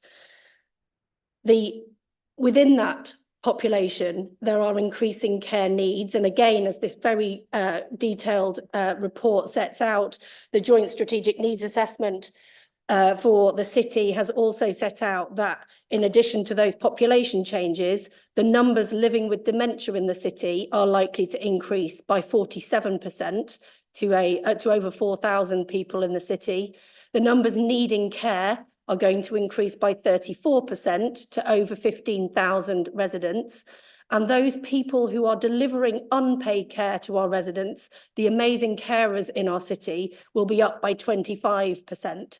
Every single one of those is a person or a carer in our city, and to underestimate that growing demand in adult social care, it is deeply, deeply irresponsible. While the recent one-off funding of £1.5 million from the government, which was earmarked for adult social care, is extremely welcome, it is important to see it in the context of that increasing demand. We are absolutely committed to ensuring that we mitigate against the pressures that we are facing as well as we possibly can within the constraints of the council budget now and going forward. We understand the pressures the city faces. We are serious about taking the difficult and sensible choices that residents need us to make in order to retain control over our budgets and deliver the best possible services for people in the city. The paper does a really important job as part of that process, which is why I'm delighted to support it. Thank you, Councillor Coles, and I couldn't agree more. The financial responsibility that is shown by using the money that has come in from DLUC in the last couple of weeks for the purpose with which it was proposed and is expected we will spend it is hugely important. So I don't really know what the Liberal Democrats think they're doing by spending it on other services that do not fall into that category whatsoever. But we will all talk about that on Thursday, I'm sure. So I'd like to draw everybody's attention then to page 605, 605 and 606. There are a number of recommendations there around this contract and the delegations that are needed in order to take the process forward. So can I see those who are in favour of the recommendations? Thank you. So that's a unanimous approval there.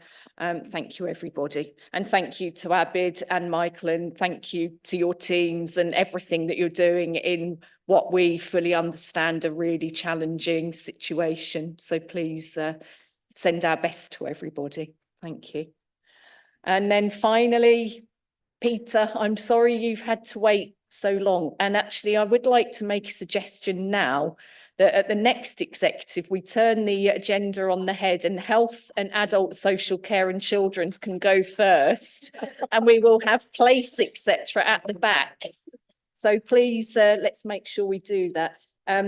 Peter is going to talk to us about the Health Protection Annual Assurance Report. That's Peter Roderick, our new Director of Public Health. So please go ahead. Thank you very much, Chair. Yes, I fully support adjustment of agendas, but it's a pleasure to be with you at this late time of night, and I will endeavour to not be particularly long on this. But it is a very important report. Health protection, the Council's responsibilities about infectious diseases and other hazards to human health is, of course, a really important issue. I don't probably need to remind people, but 3 years ago, we saw a virus which is so small you can fit 100 million of them on the tip of this pen, totally disrupt the economy, disrupt education, disrupt transport, disrupt a large amount of city life. And we came through COVID as a city by pulling together and by taking a lot of action, but I think emphasises the importance of making sure that we protect against infectious diseases and environmental hazards. That's the purpose of this report, is to report on how we do that. And we have a role within that, just helpful to articulate what that is. As Director of Public Health, I have a statutory duty around health protection, so the Council therefore has that statutory duty. And the duty is to be assured that we have the right health protection mechanisms in place in the city, but it isn't to deliver absolutely everything, because there's no way you can. And so I draw members' attention to really 3 key agencies within health protection. The Council is a key agency, and that's not just public health, but there are very much functions of the Council around emergency planning, around public protection, trading standards, environmental health, as well as public health, which play a role in that. Then there is the NHS. The NHS has some direct delivery of functions that we could talk about in terms of health protection. Probably the two most obvious are vaccination programmes and screening programmes. And then we have the UK Health Security Agency, UCSA. And UCSA's job is a national agency around biosecurity, but it has regional offices. So we work very closely with the Yorkshire and Humber Health Protection Agency. And that's where all the consultants in communicable disease control sit. So essentially our local experts on infectious disease for our region. There's not a huge team, there's probably about 6 or 7 of them for Yorkshire and Humber, but we work very closely with particularly our North Yorkshire and York representatives. So 3 key pillars of the system. My job really is to pull it together for York and make sure it's working for York. And of course, our team does a lot of the work within that. We do a lot of work around the promotion of health protection, uptake of vaccination, a lot around infection prevention control. We did an awful lot of direct work during the pandemic, employing tens of people in terms of testing, contact tracing, that sort of thing. But in normal sort of peacetime, it's a relatively small resource within the public health team. And one of the ways that we do that assurance process is that I chair a health protection committee, which means quarterly, and that brings together all the partners I mentioned. And out of that, they produce an annual report summarising what has happened in the city when it comes to health protection. And so my intention is for executives to receive that report every year as an annual report. The report is for noting and approving and being assured, so there are no active decisions to be taken, but it gives that assurance that we have the right mechanisms in place, which obviously are part of the council's statutory duties. So I won't say much more apart from just to point to our point 16 in the actual cover report.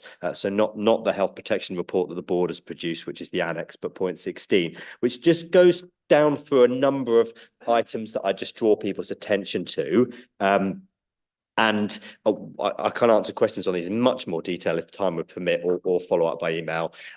Point number one, or A, is about our screening uptake. Screening is a very important. Early detection of disease is one way that we prevent it, or detect it early, treat it, and it stops it becoming, particularly in terms of cancer, with very high consequence.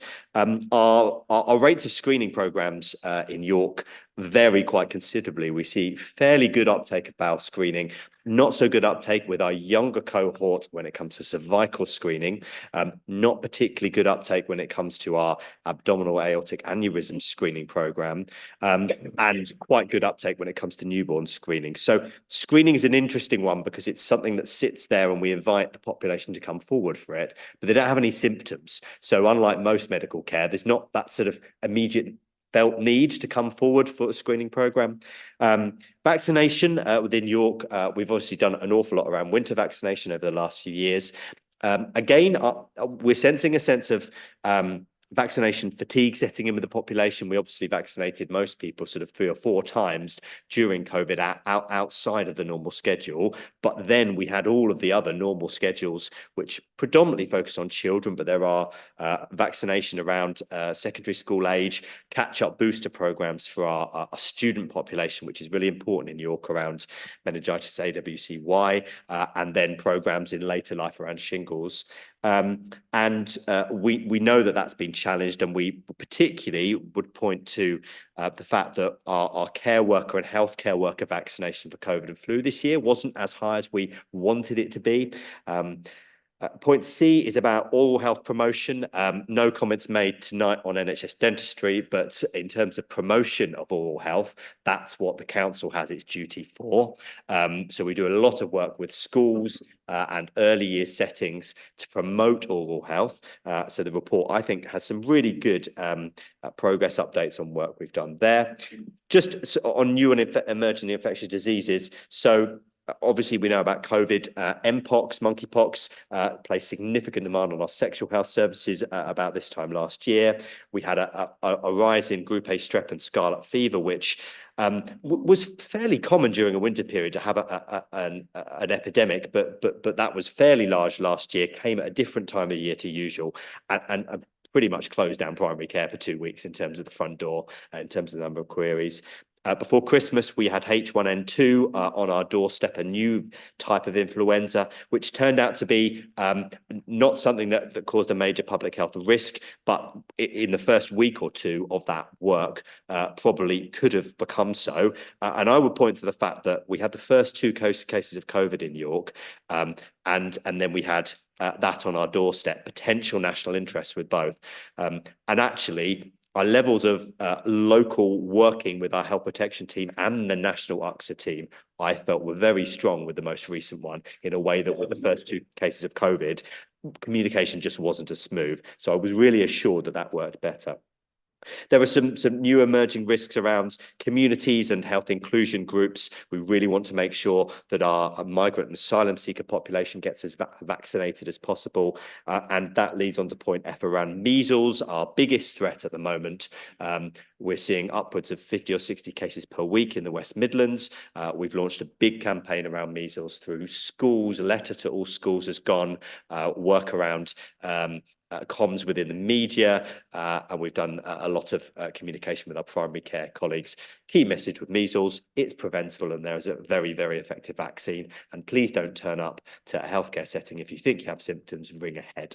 And the last one I've added, because I would like to just raise the fact that our sexual health services in the city, it's not on my list at point 16, but our sexual health services are under a lot of pressure and are, like other areas, seeing rising rates of gonorrhea and syphilis, which indicate that I think sexual health nationally is probably another area of the healthcare system, which is a bit of a crisis. We're the responsible commissioner for that. So I'm going to be looking at that over the next year, my first year as DPH, but want to make sure that we have that adequate system in place. I'll stop there, Chair. Hand over.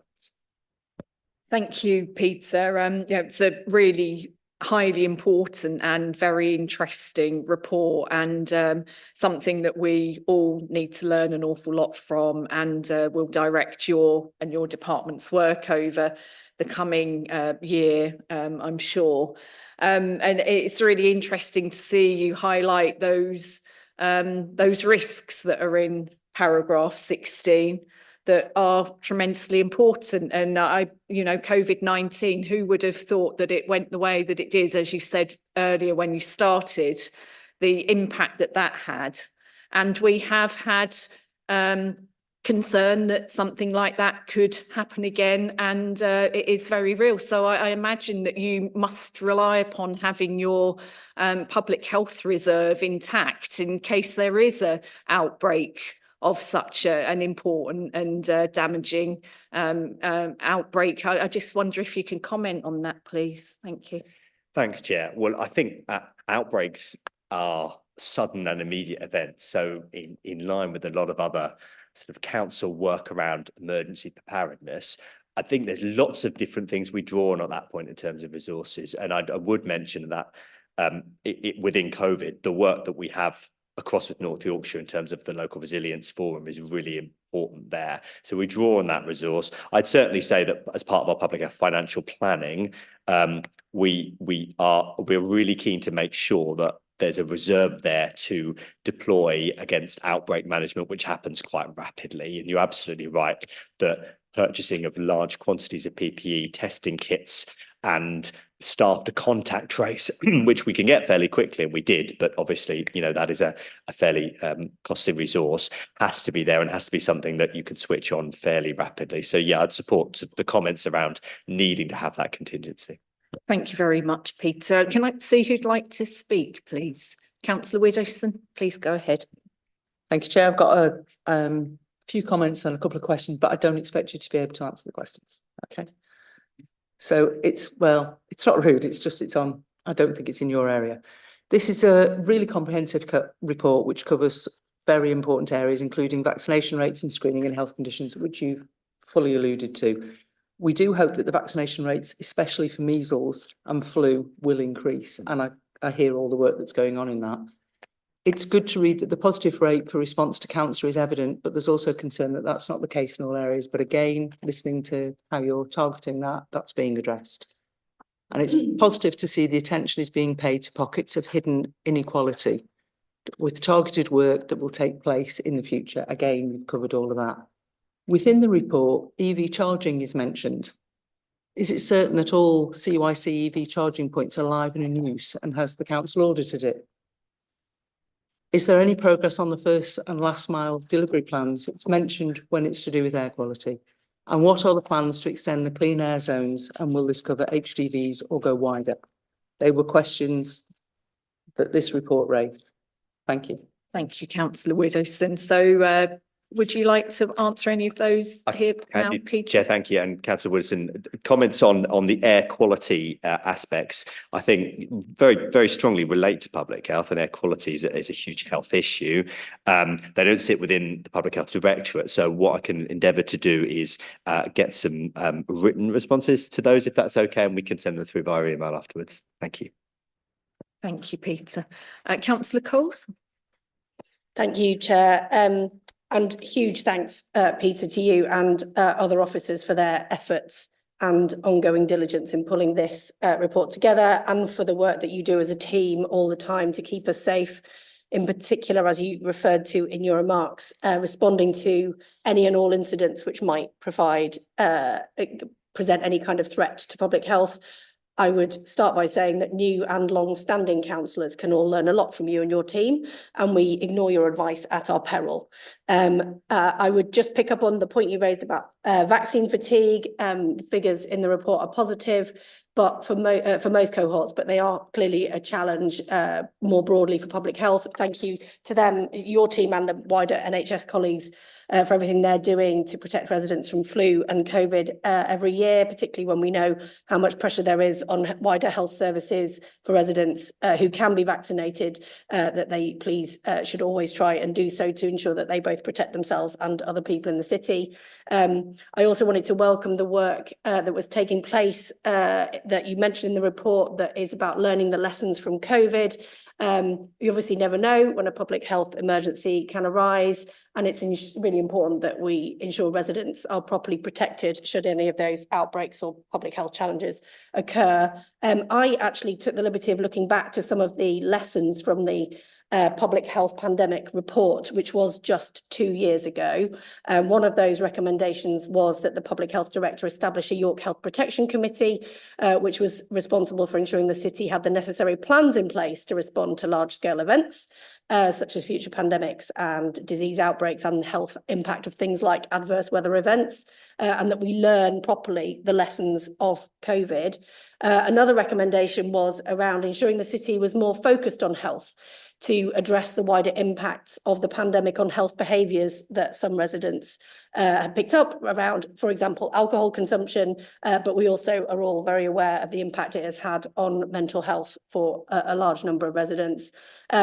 We may all, I guess, have COVID in mind because it still feels so recent, but I think it's really important that when we're looking at this report, we remember that public health assurance is about all kinds of things. It's not just about the pandemic, it's about vaccinations, screening programmes, and things that are completely unforeseeable, like a chemical poisoning or terrorist attack on your York residents and visitors. And in 2022-23, I think the report mentions that you actually had 35 investigations into infectious disease, and that is just in 1 year. So I think we all need to be kind of aware of the scale of the work that you and your team do, and just once again wanted to pass on my appreciation to you and your team for that.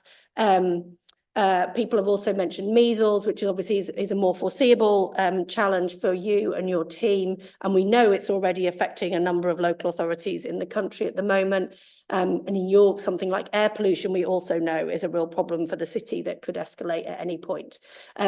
So I'm reassured, very assured by this report that work is ongoing, and that the public health grant, for example, is being used extremely effectively, and that the city holds the right level of public health reserves in order to enable us to do that work effectively, to ensure that we're protected and we are protected against those future challenges should they arise. And I don't say that glibly, I say that seriously, because those public health risks are around us all the time. And I, for one, want to be assured that we have the preparations and resources should we need them, as we have in the past. And we, again, as an administration, are committed to doing that, which is why health is one of the core principles of the council plan. Thank you for your report. I find it reassuring to know that you are there and keeping us safe as a city. So thank you. Thank you, Councillor Coles. Very good. Right, page 685, everybody, we have the recommendation there. We're asked to receive the summary report and the full report Annex A. and be assured of the health protection arrangements in place to protect the local population. And thankfully, we've still got the public health reserve as well, haven't we, at this point in time?